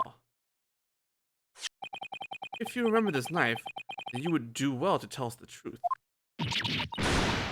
But you can get a knife like that just about anywhere. We have so many of those at home. If one or two went missing, you wouldn't even notice. What? For real? My word. Furthermore, I thought that I might have hurt someone. I just can't handle the idea. It's too much. Joan. Alright, go ahead. Hurry up and show me your decisive evidence. I want you to show me, conclusively, whether that knife is really one of the things I threw. Can you do it, Naruhodo? If I had that kind of evidence, I'd have thrown it at her ages ago. In that case, it's time for you to come to the witness stand, Juror 4. What? The prosecution agrees that this juror must be cross-examined. Prosecutor Van Zieks. Me? Testify? Juror 4. You have witnessed the entirety of today's case from your seat on the jury. You have seen the miraculous moment where, from our witnesses' testimony, truth was gleaned that even the witnesses themselves were not aware of. Oh. Thus, it is paramount that you testify to the best of your ability. Once you do, I'm sure that this court will be able to find the truth. Prosecution, defense, are you in agreement? You are correct. Huh? The defense agrees.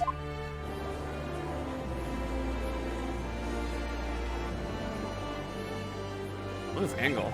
Angle's sick. What is this feeling? For the very first time since we arrived in this country.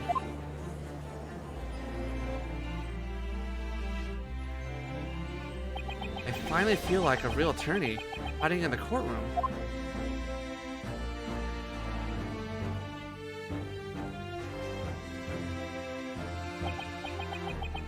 Witness, your name and occupation. Yes, sir. My name is, John Garydev, yes. My occupation, at the moment, I suppose I'm a juror? It looks like even she's confused about whether she's a housewife or a maid. Henceforth, the court expects your testimony. Is that acceptable? Yes, my lord. On the evening of the crime, something transpired in the Garydev home. You should tell us the entire truth. Do not try to withhold even a single detail. What's the matter, Joan? There's nothing to be scared of now. Here, you were here all along? I was with her at the time of the crime. Thus, I'm ready to testify alongside you, Joan. Dear, what about your leg? Oh, please. I'm fine. I can't let you suffer up here all alone, can I? Dear. I presume you must be Mr. John Garydev, then? Sir. 4th Northumberland Fusiliers Battalion, captain of the 3rd Platoon. I've survived countless battles. Now that I've retired, I live a quiet life here in London. It seems you were subjected to your wife's concentrated barrage in your very home. Well, I suppose you could see it that way. Jurors, staying as witness. This is the first time since the founding of our British courts. It's an absolutely unprecedented situation. However, as today's final witness, you two are ordered to give your testimony. Testify regarding what happened in your home as the crime took place. Sir, loud and clear, my lord.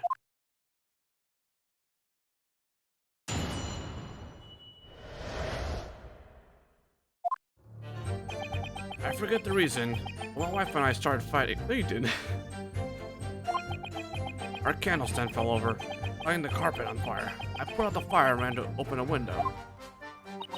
Meanwhile, I took aim and threw everything I could at this poor man.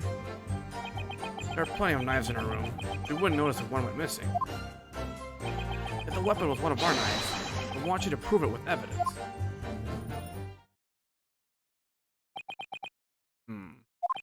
It appears that your home really was the scene of a bloody battle.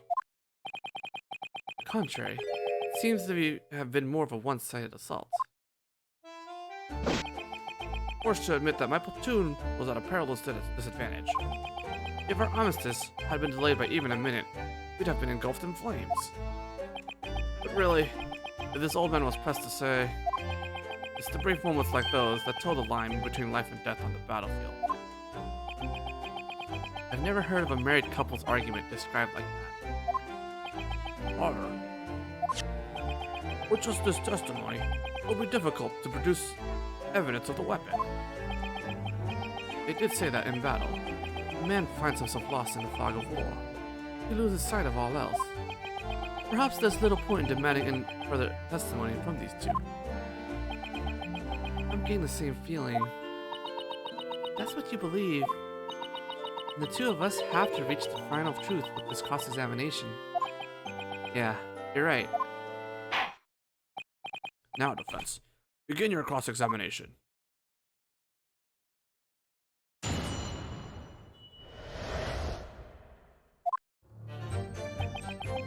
Okay. Got the reason why they started fighting. I believe you told us the reason yesterday. Yes, if I recall correctly, it all started with a letter wedged inside a book. That's it. It apparently contained a passing message addressed to Mr. Garydev. Hold up. And that secret of his was discovered by his wife. As a result, he became a victim to many repeated slaps to the face. Terrifying, for sure. All of his own making. I was trying to act like I forgot, but you just had to tell everyone. Some of what you said wasn't even right. Is that so? I think the reason for their fight goes deeper than we will ever know. So what happened after this violent barrage of slapping?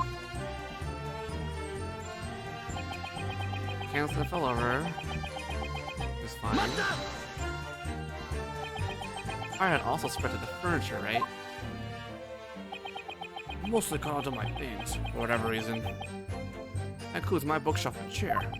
Conveniently, we had water for bathing at the time, so we used that to extinguish the blaze. It sounds like a difficult situation. Our house is on the 3rd floor, and the city water lines still haven't been connected here. During the afternoon, we have to go to the water tower to get water. We always tell our tenants that they can't use the water during the evening. Apparently, a mustachioed Japanese man was buying water for himself. You mean the defendant, Soseki? He says he gets some kind of exchange student allowance from his homeland. It must be nice to enjoy black tea in the evening.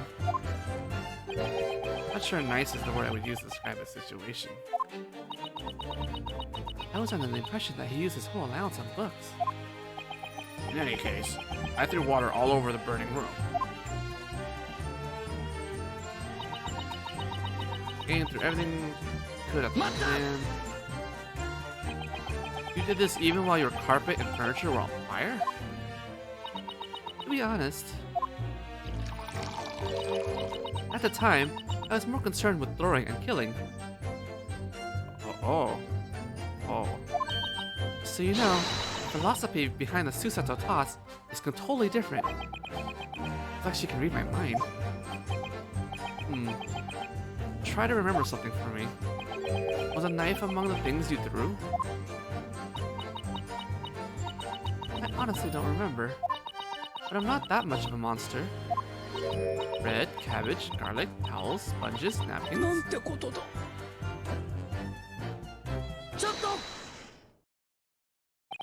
Excuse me, Mr. Garydev.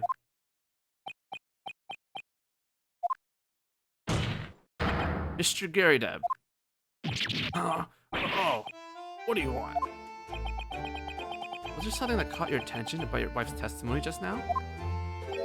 Well, if you must know, my memory does differ from hers. Tad. She mainly threw hard, heavy objects. Books, fire irons, bricks, and so on. What? Not only that, she had impeccable aim. Joan, we're in a courtroom. Oh, goodness me. I'm so sorry, dear. He's still doing this? You see, there's no possible way I could throw heavy things like that. Well, if you take a look at this, you'll get the idea. What happened to your pipe? At the time, I was holding my pipe like so. When I was subjected to that horrifying barrage, it flew out of my hand. I accidentally stepped on it while I was trying to pick it up, and it split right in two. Pipe just broke in half? Some hard object hit my pipe, knocking it out of my hand. Patched it up with a tape as a quick fix. Honestly, dear, you really like to make such a fuss out of the little things in life. I wonder if Mr. Gary does his testimony just now was important at all. Sure. Why not? The defense believes that there is profound meaning in that last statement. Only one bit of knowledge to glean from the retired soldier's statement. Finding your furious wife will only result in a broken heart and a broken pipe. That's all there is to it. You will find no other meaning, profound or otherwise. Indeed. Any husband will already know this fact. I'm not too sure about that. Will you at least allow us to take a look at that broken pipe? Of course. I don't mind. There you go again. You're always going out of your way to please younger women. Very well. Of course I'll accept this as evidence.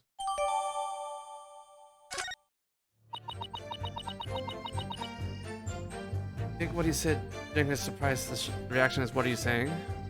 I heard none something, so I'll be right.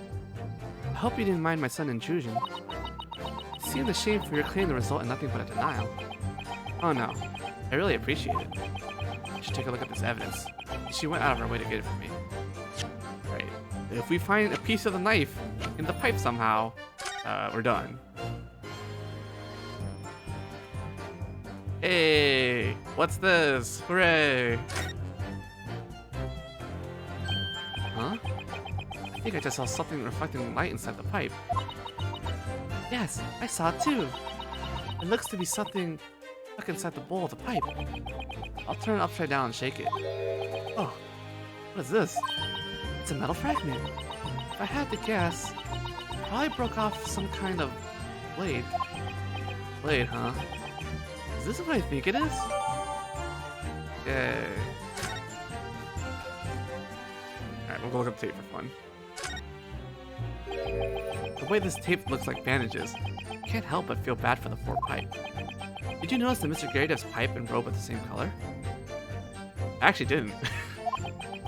It almost feels ominous. Ominous. I wonder if he's trying to hint at something here.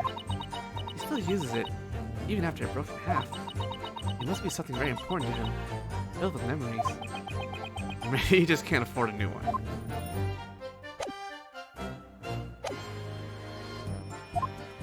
Now, witnesses, you may continue your testimony. Tell us more about those knives in your room.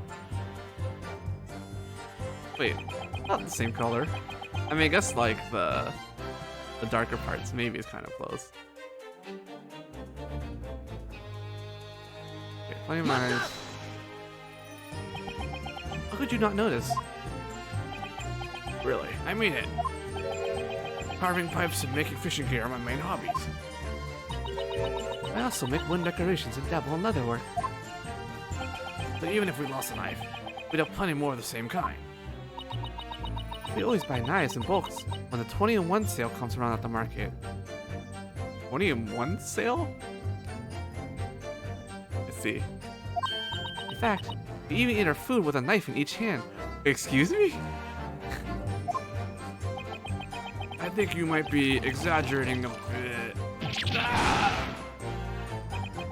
I'm so agitated that their testimony is starting to make no sense. Maybe they're in denial. They really don't want to believe that it was their own knife that hurt the victim. I understand how they might feel, but... Very well, witnesses. Continue your testimony. Yes, sir. Alright, this is probably the line we need to present with. I want to press. Voice press. So you won't admit it until I give you evidence then.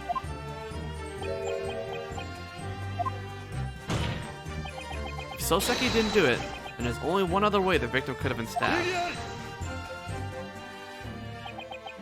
I hope you haven't forgotten already, Japanese boy. The claim that the defendant didn't stab her is yet to be proven. That's true, but if only we had some way to instantly tell who's touched the murder weapon. Not yet. No fingerprinting. Technology as miraculous as that sure would come in handy right about now. Sure would. I believe you're referring to fingerprints. What? Are you telling me that science has already figured that out? When someone touches something, a unique fingerprint is left behind. Well, I don't see one. A number of countries already accept fingerprints as evidence.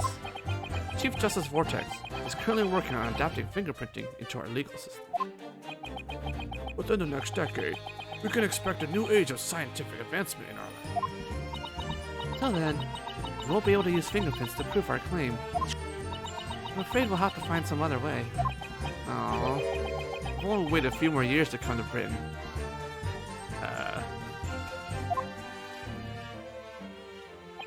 That's all that I have to work with? What do you make of it, Naruhodo?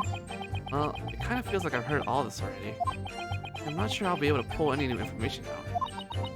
But we must prove where exactly the murder weapon came from. Who knows if we'll ever get another chance like this. Alright. I think the two of them may suspect it somewhere deep inside. They know that she may have been the one to hurt the victim. Only had a way to prove it. Then, this case would be as good as solved.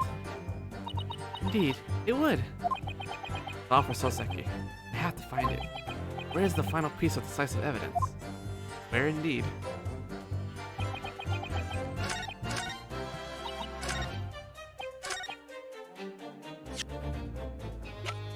And 3 pages of evidence.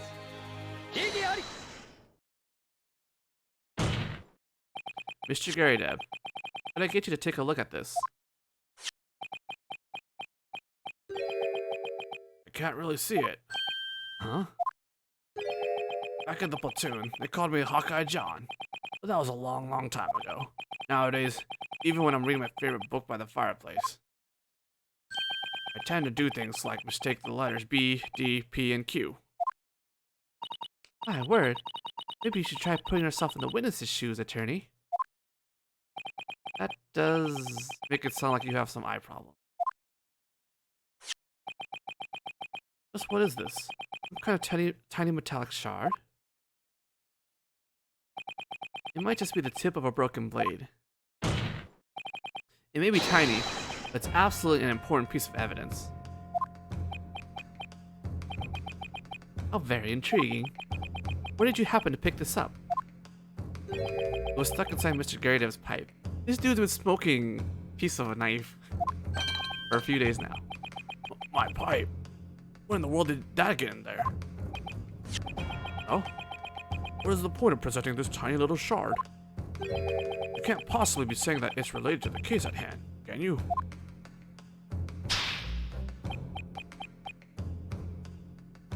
Indeed, I am.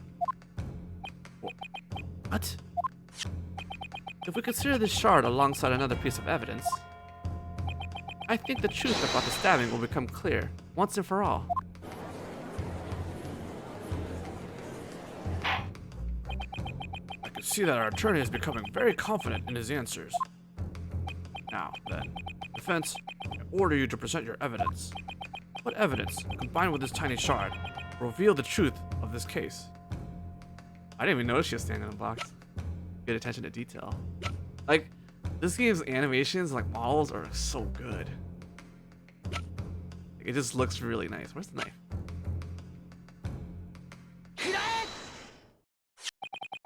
This is the knife that was found in the victim's back. If you look at it carefully, you'll see that the tip of the blade is chipped just slightly. There are entire hordes of thieves roaming the London city centre with shoddy knives. A knife as cheap as this one would break as soon as it struck bone. That's true. And the tip of this knife. Would likely still be stuck inside the victim's body. Yes.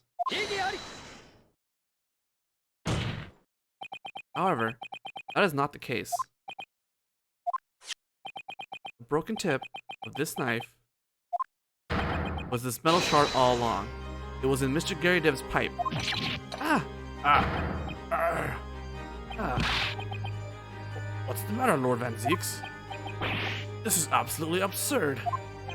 The knife with the broken tip and this shard, they fit together perfectly. We did it. What? What in blazes? Yeah, she is saying that. Order. Is this some sort of Japanese black magic? It's no black magic, I'm afraid. On the contrary, one might call it a miracle. A miracle? Looks like even Prosecutor Van Zeeks has realized the truth. Attorney, let me explain the meaning of this immediately. Yes, sir. Just what I'm trying to say is probably the exact time that this shard got lodged in his pipe, I guess. That was made clear during the Gary Dev's testimony. At the time, I was holding my pipe like so. When I was subjected to that horrifying barrage, it flew out of my hand. Some hard object hit my pipe, knocking it out of my hand. This can't be. The fight between the Gary Dev couple happened at the exact time of the crime. In her rage, Mrs. Gary Dev threw a knife at her husband. Jesus. Then, when the knife collided with Mr. Gary Dev's pipe and sent it flying, the knife's tip broke off. Ah! And then, the shard that broke off the knife lodged itself inside of the flying pipe. How? It's like it really is some sort of miracle. That's the only conceivable way the shard could have ended up inside the pipe. So lucky. And the knife, now without its tip, flew through the open window. Ugh. Thus, this broken weapon ascended from the Gary Dev's home and stabbed the victim in the back. No way. No way!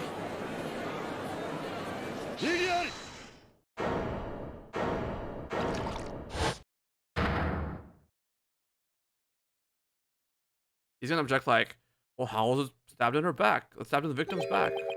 Then we got to present, well, the victim was bent over because she was picking up the book. There you go. That is my hard read. What a decadent demonstration. You've piled up countless niggling details and proudly presented the resulting heap of dust. It's a very Japanese trick, isn't it?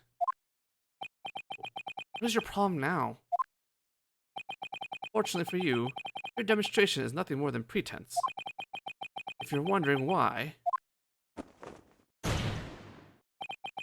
because there exists a fatal contradiction in your own assertions. Huh? What? Lord Van Zeeks, explain yourself. What contradiction have you found in his assertion? It's honestly very simple. The victim was stabbed in the back by this knife. The back. Ah. Yeah, that's right. He's absolutely right. Matter, darling. You're suddenly so jumpy. Try to remember the details of the case again. As the victim was walking along Briar Road, she was stabbed and collapsed on the spot. If a knife had descended from above within those circumstances, it would be inconceivable for the knife to land in her back. Ugh.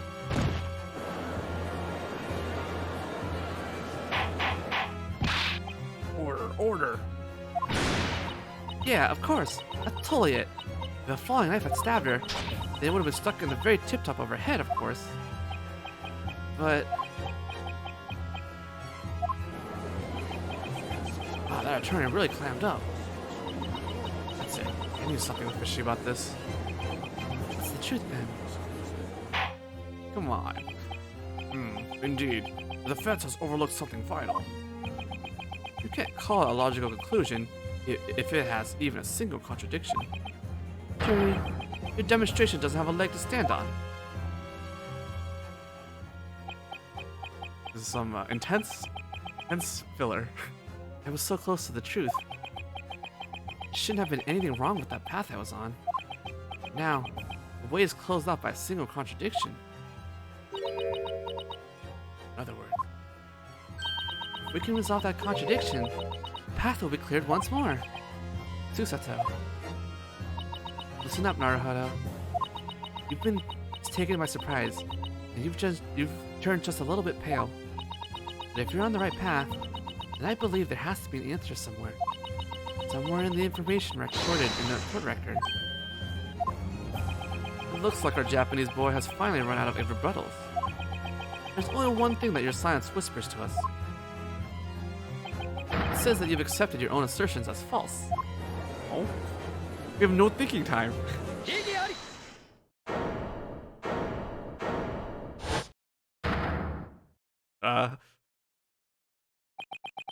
Contradiction isn't because I'm wrong. It's just another challenge to make my case even more well-honed. You're not wrong. There's no way that a falling knife could stab an upright person in the back. That is, in a normal situation. What? What are you talking about, defense? A certain piece of evidence tells the story. It tells us how a falling knife could end up in the victim's back. Huh? What are you saying? What kind of nonsense trick is this? It seems this is the last time I'll have to say this today. Defense, I order you to present your evidence. This is the final contradiction. If I can clear this up, one final, undeniable truth will remain. Here's the evidence that proves how the falling knife fell into the victim's back. The armband. Alright, it's the book. The fourth book, discovered on the scene of the crime, explains it all. This is it. This is the final piece of evidence that the defense will present. Let's see. Telling us is, if the Gary Dev's name is kept as it is in Japanese, it would mean Gary and Debu, which would mean super thin, slang, and fat. Yes, that's actually quite true. But I don't think the names are changed at all in this fan translation. But that is very good to know. Thank you.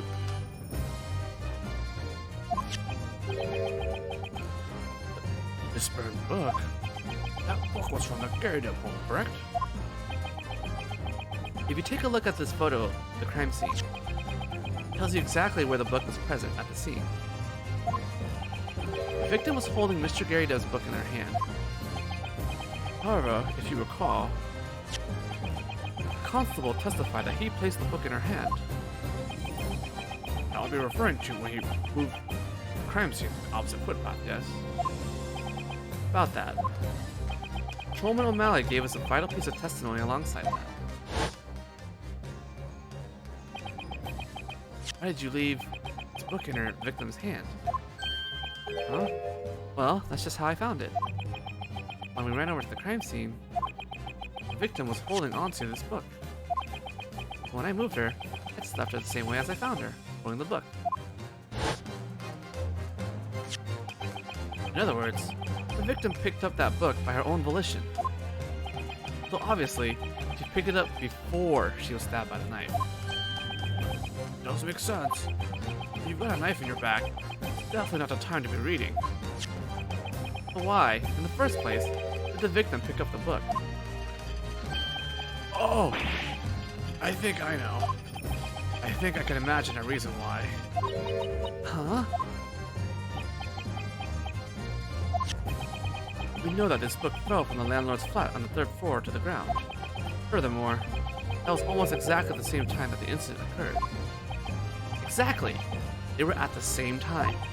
The victim was walking through the foggy London night on the pavement of Briar Road. As she walked on, suddenly, the book fell right in front of her. The book that I threw. This is scary, Deb. Put yourself in her shoes for a moment. Imagine you were walking along, and suddenly a book fell before you. Well, I can't exactly imagine that happening, but I suppose I'd probably reach out my hand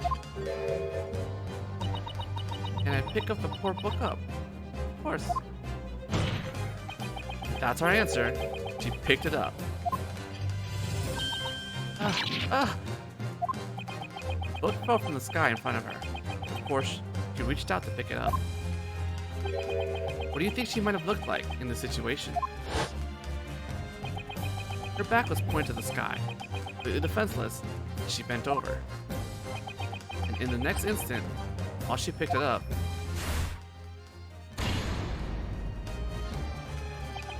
the knife, following the book, sent it directly into her back. That's not all.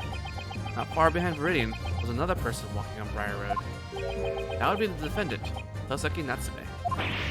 Oh, What Soseki witnessed at that moment was the victim suddenly collapsing to the ground. In that wispy fog, he failed to see the knife falling from the sky.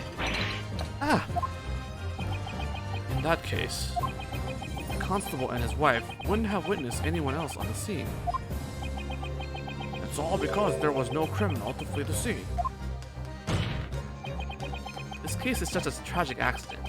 It's the result of a chain of coincidence on coincidences.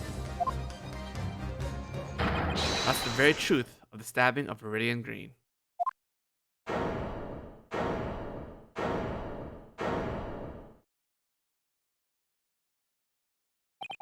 Does that sound right, Gary Debs?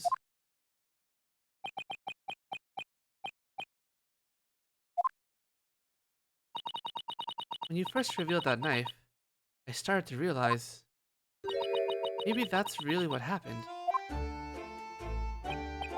Darling, Yoon. I know. Whether it was on purpose or not doesn't really matter. What I've done is still a crime, right? I mean, you're not dead. So, by US laws, this would be what? Assault? Not bad. I don't know. Involuntary? I don't know. I don't know the laws. I don't know why I tried. I confess to it all. That night, as I was blinded by rage, I threw that book at my husband. And then I threw the knife, too.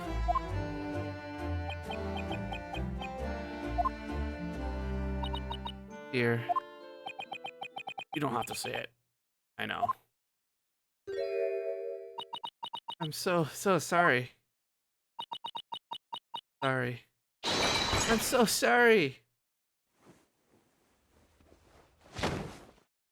Who's on the box? Oh, Hunter. Or Belle hunts him. I wish she caught him.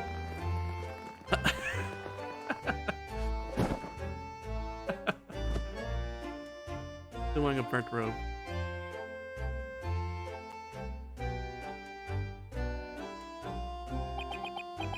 Lord Van Zieks, how's Mrs. Garydeb doing? He was taken to bed in emergency care. We're told that the situation is hectic at the moment. There shouldn't be any problems. Things will calm down soon. Fortunately, they wrought this tragedy with their own hands. They will need the resolve to stand and face it together. I'm not sure one might call this a dark cloud's silver lining, but according to a report from the hospital, Victo is on the road to recovery. It seems to be just a matter of time before she regains her senses.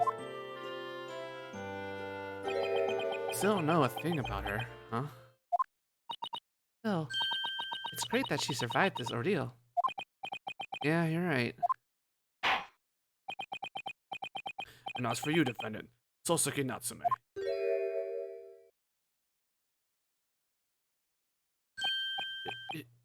Yes, sir. On behalf of the Ministry of Justice, I wish to issue an apology to you. You journeyed to Great Britain so far in order to study in peace. Yet we have only caused you immeasurable suffering. We are deeply sorry for this.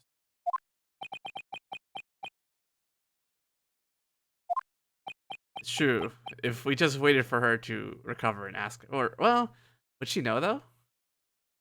Because think of the book, and she got stabbed, and I guess she got knocked out.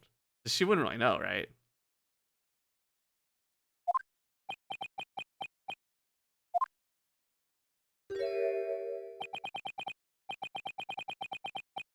I mean, we would get more information, but there's no time.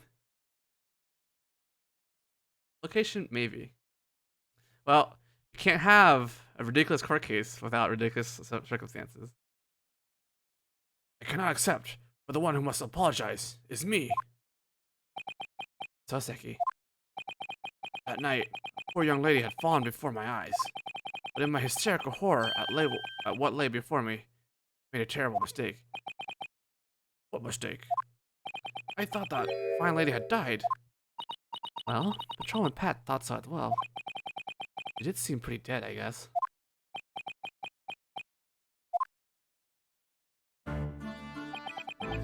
It has been a year since my arrival.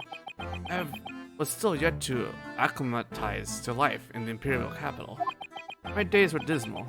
It was as if the spirits of the fog of London, damp and dreary, had come. Soseki does seem like a really sensitive guy.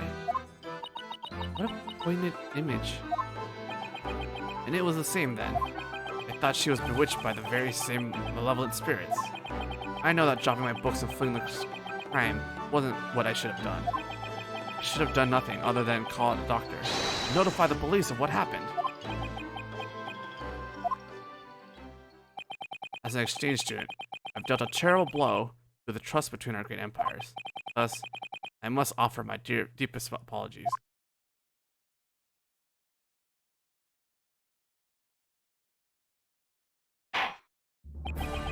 As far as I can see, the essence of this case seems to have an apparition of an interwoven chain of misfortunes. Manipulated by this apparition, we were ready to rush to a mistaken verdict. Lord Van Zieks, and you, attorney who voyaged from Japan to the British Empire. You too are responsible for breaking that chain. This was absolutely a model trial. Thank you, my lord.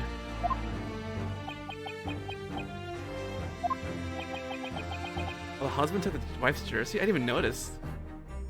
That is incredible attention to detail, but also probably not legal. Now, sage citizens of the jury. Yes, my lord. The court has decided now is the time for the trial to end. We request your final verdict. Speaking as the foreman, I wish to only arrive at a dignified verdict. Truth is often cruel, isn't it? I didn't think this would end, thus losing a juror. I stand here now as my wife's messenger. It's about time, and I can finally get to work, right? This will be a nice story for my grandchildren. Now, jurors, the time has come. Present your final verdicts to the court.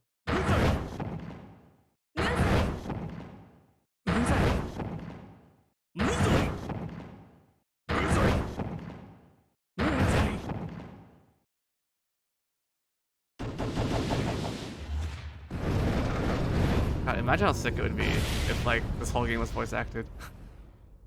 I will now deliver the verdict to the defendant, Soseki Natsume. It'd be so much text, though. So much dialogue, I mean.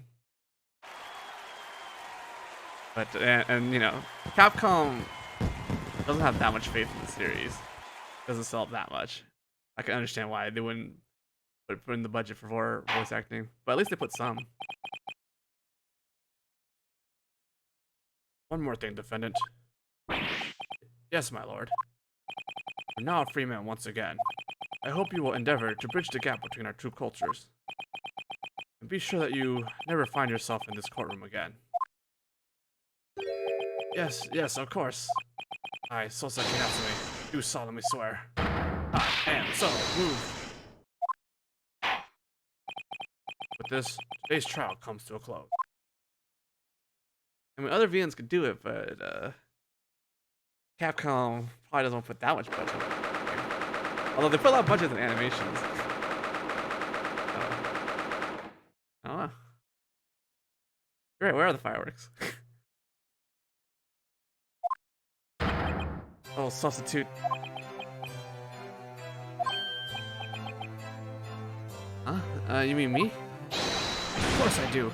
Are there any other substitutes here? I wouldn't really know. We've come a long way from substitute lawsuit Naruhodo, haven't we? I would have preferred if we arrived at just Naruhodo, Ed. Oh, my name is finally absolved of all doubt. Heart full of glee. Laugh loud and free. He seems really happy. I could tell since he said laugh.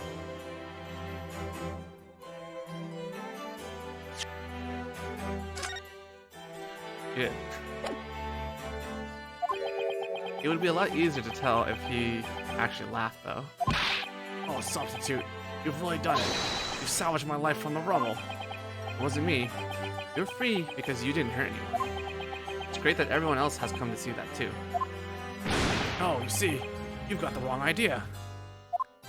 Here, substitute 2. Yes? You said this before, but I never could come to love London. On the roads, I look around and see only foreigners. The sky, only brick skyscrapers. The Brits look down on me from above. They point and laugh. Look at that dwarf. I think you're just imagining that. However, today, you have pulled me out of my tiny hole of depression. You stood on the grand stage against those Brits, and you didn't dare retreat. In equal battle, you fought with your words to unveil the truth unknown. When I saw those great fireworks launch in the crown court, my heart cried for joy. I guess there were fireworks. I also didn't pay attention. Mankind is great! We're both grateful to hear you say that. My old friends in Japan will be delighted to hear about this misadventure when I go home. Huh? Go home? Oh, hey, I've been looking for you three. Sorry to keep you waiting. I happened to oversleep just a bit. Hi, if it isn't Mr. Holmes. Whoa, that was close. It looks like it made it just in time. It looks like court's about to be in session. I know you've got this, Master Naruhodo. Actually, the trial just ended. What? How? I was in such a rush for nothing then. Ah, it's you, you damned monster. The Sherlock Holmes. I'm sorry. Have we met? This is Soseki. You do remember arresting him, right? Oh, that's right. I didn't recognize him. He's always hiding out in his little basement of a flat, or in those dank little jail cells. What's he doing in a brightly lit room like this? I had no idea who he was. You could be a little less rude. Curse you, the Sherlock Holmes. It's all your fault that this happened to me. I've got a whole mountain of things I need to say to you. No, wait. Sorry, I've got it now. You must be the man that ran off from that crime scene. You abandoned that poor victim. Huh? If you take her to a hospital instead, by now, she probably would have been awake again. But oh well, I figured it was inevitable for her to end up this way anyway. All the same, you know? Something like this is just too much of a fright.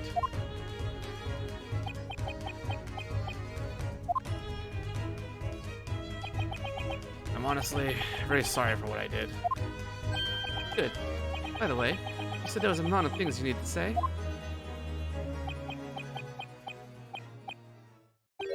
No, suppose not. Oh, I'm so sorry. You're just too funny for me to handle. Poor Soseki. Come on, look at the bright side. A pleasant experience, right? And all for free. For what I can see, you've been declared not guilty. Still not safe. Whatever do you mean? I knew it all along. I'm cursed. Cursed by these damnable spirits. Cursed by the Grim Reaper himself. Oh. Peter Van Zeeks. I'll never forget what I heard. That prosecutor is in the court. Even if you're not guilty, you're doomed to a terrible demise. No, Sasaki. You'll be fine. Huh? Even if it's some sort of unruly bringer of death appears before us, I, Susato, will not fail to keep you safe from harm. Oh, I've been tossed for a while. You'll get a taste of my special move, the Susato toss. You could at least warn me before you do that, Susato.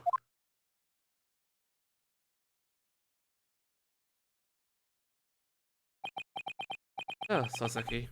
What are you gonna do now? You mentioned going home a while ago.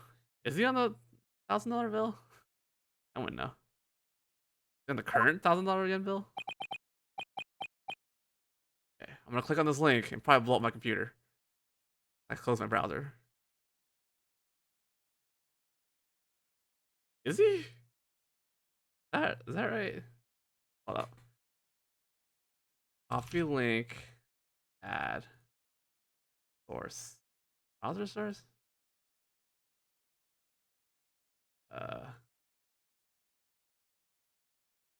What was linked? Unlock. That I could sort of see it, I guess. Dude on the bill is Soseki Natsume, a Japanese novelist. Oh, so it's the same person? That's. I wonder why. Right? Off this. 500. Oh, 500. 100. God. There you go. Best work for a known called Kokoro. Oh. Out of Kokoro. I'm glad you are well cultured about Japanese, about Japan, because I wouldn't get these references. And obviously, these references aren't localized because it's really hard to localize, right? I see. Well, that is very good to know. Thank you.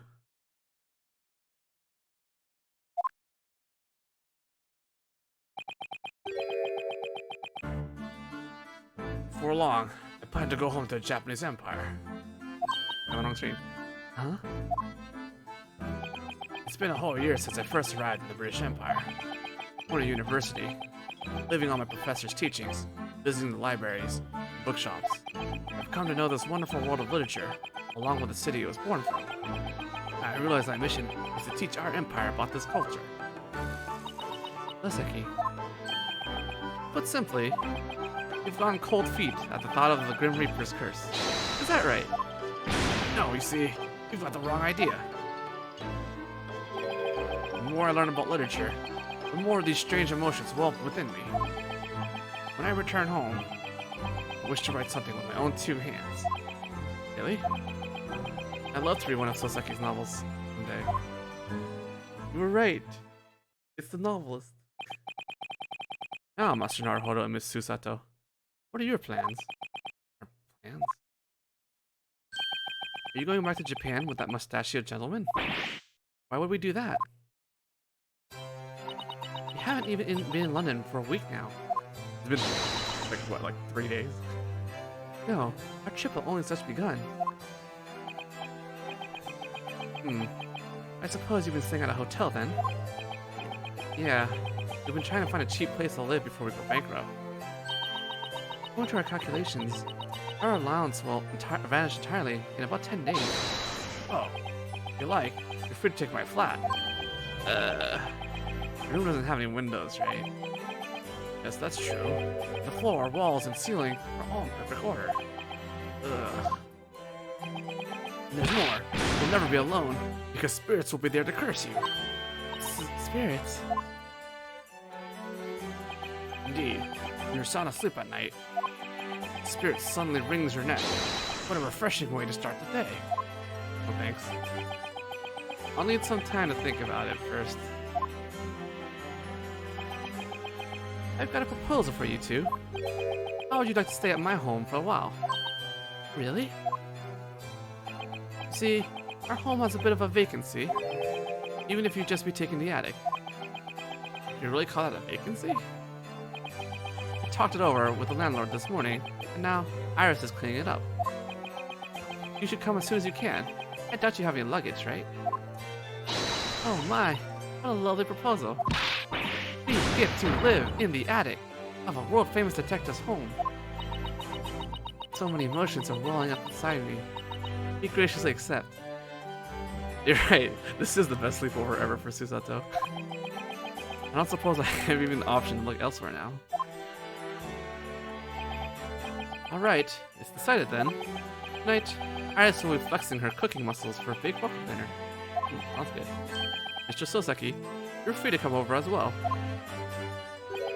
I do appreciate the offer. Well then, I'll be working on the paperwork Soseki's acquittal. Susato looks so excited.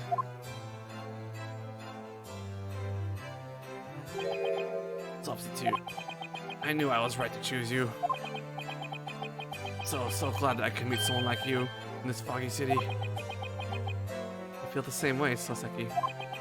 It's just sad that we already have to say goodbye. I realize that I belong to Japan. Substitute. One day, I swear, we will meet again. Of course. Hope I can call myself a full-fledged attorney by then. Perhaps by then, I'll have the air of a competent author. Alright, you two. Our coach has arrived. We should get going soon, Master Naruhodo. Okay, Mr. Holmes. Hopefully, Mr. Soseki will be acquitted in time to make it for dinner. And so, the curtain closed on Soseki's trial.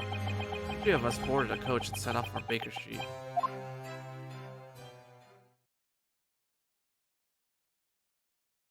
Anime? Oh.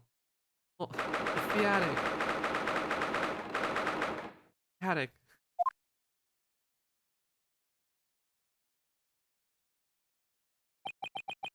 This is it.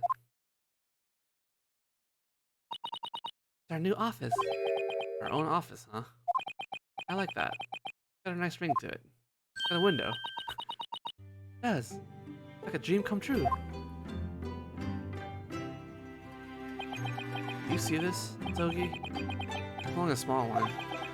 But I feel like I've come one step closer to fulfill your dream. What do you think, you two? Do you love it, or do you love it? Oh. Mr. Holmes, thank you so much for this. It's such a charming little room. I'm positively overwhelmed with glee. That's great. Iris and I are glad you're here too. Come on everyone, it's almost time for supper. When Uncle Soseki gets here, we're having a big party. Iris, I would just love to help you prepare. Okay, and Susie, you can make the salad. Yeah, I think it's the first time we've seen Holmes here. Alright.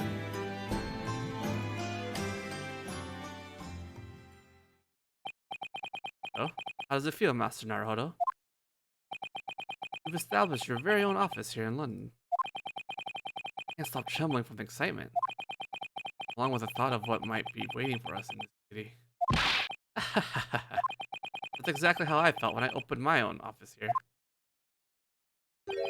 That is, until I came to know of the darkness lurking in this foggy city. Huh? London is praised for being the brightest, most prosperous imperial capital of all. However, as the flame of London burns brighter and brighter, the shadow cast by its light grows into an ever greater darkness. What's that supposed to mean? Well, I'm sure you'll find out for yourself in due time. Just how deep the darkness goes. Now, I believe this bears repeating.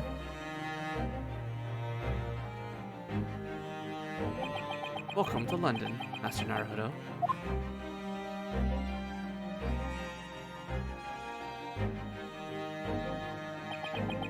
At that point, there was no way I could have truly understood Mr. Holmes's words. No, it would just be a short while longer, where I would peer into the abyss, own eyes.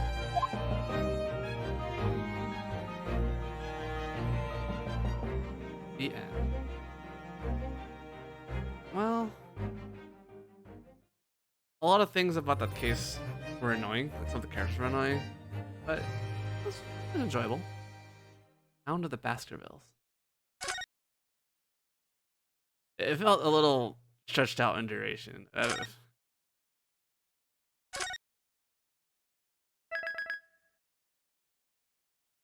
Alright.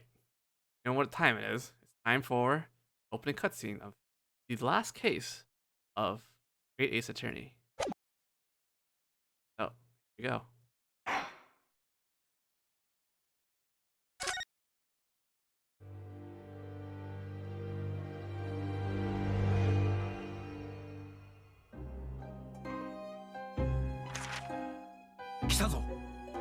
ホームズの鋭い声が濃い霧の壁の向こうから聞こえてきた。私は霧のまとわりつく拳銃の撃鉄を起こして息を潜めて待った。永遠とも思える静寂、そしてその瞬間は突然訪れた。霧の中から見たこともない巨大な獣が私の目の前に躍り出たのだ。それは確かに犬だった。しかし明らかに尋常ではなかった。目はこうこうと燃え上がり、猛牛ほどもある体躯に獰猛な青白い炎をまとっている。地を這うような息遣いとうなり声、私はあまりの恐怖に震え上がった。見たまえワトソン。ホームズは魔獣を見据えて言い放った。こいつこそバスカビル家に代々語り継がれる伝説の魔剣なのだ。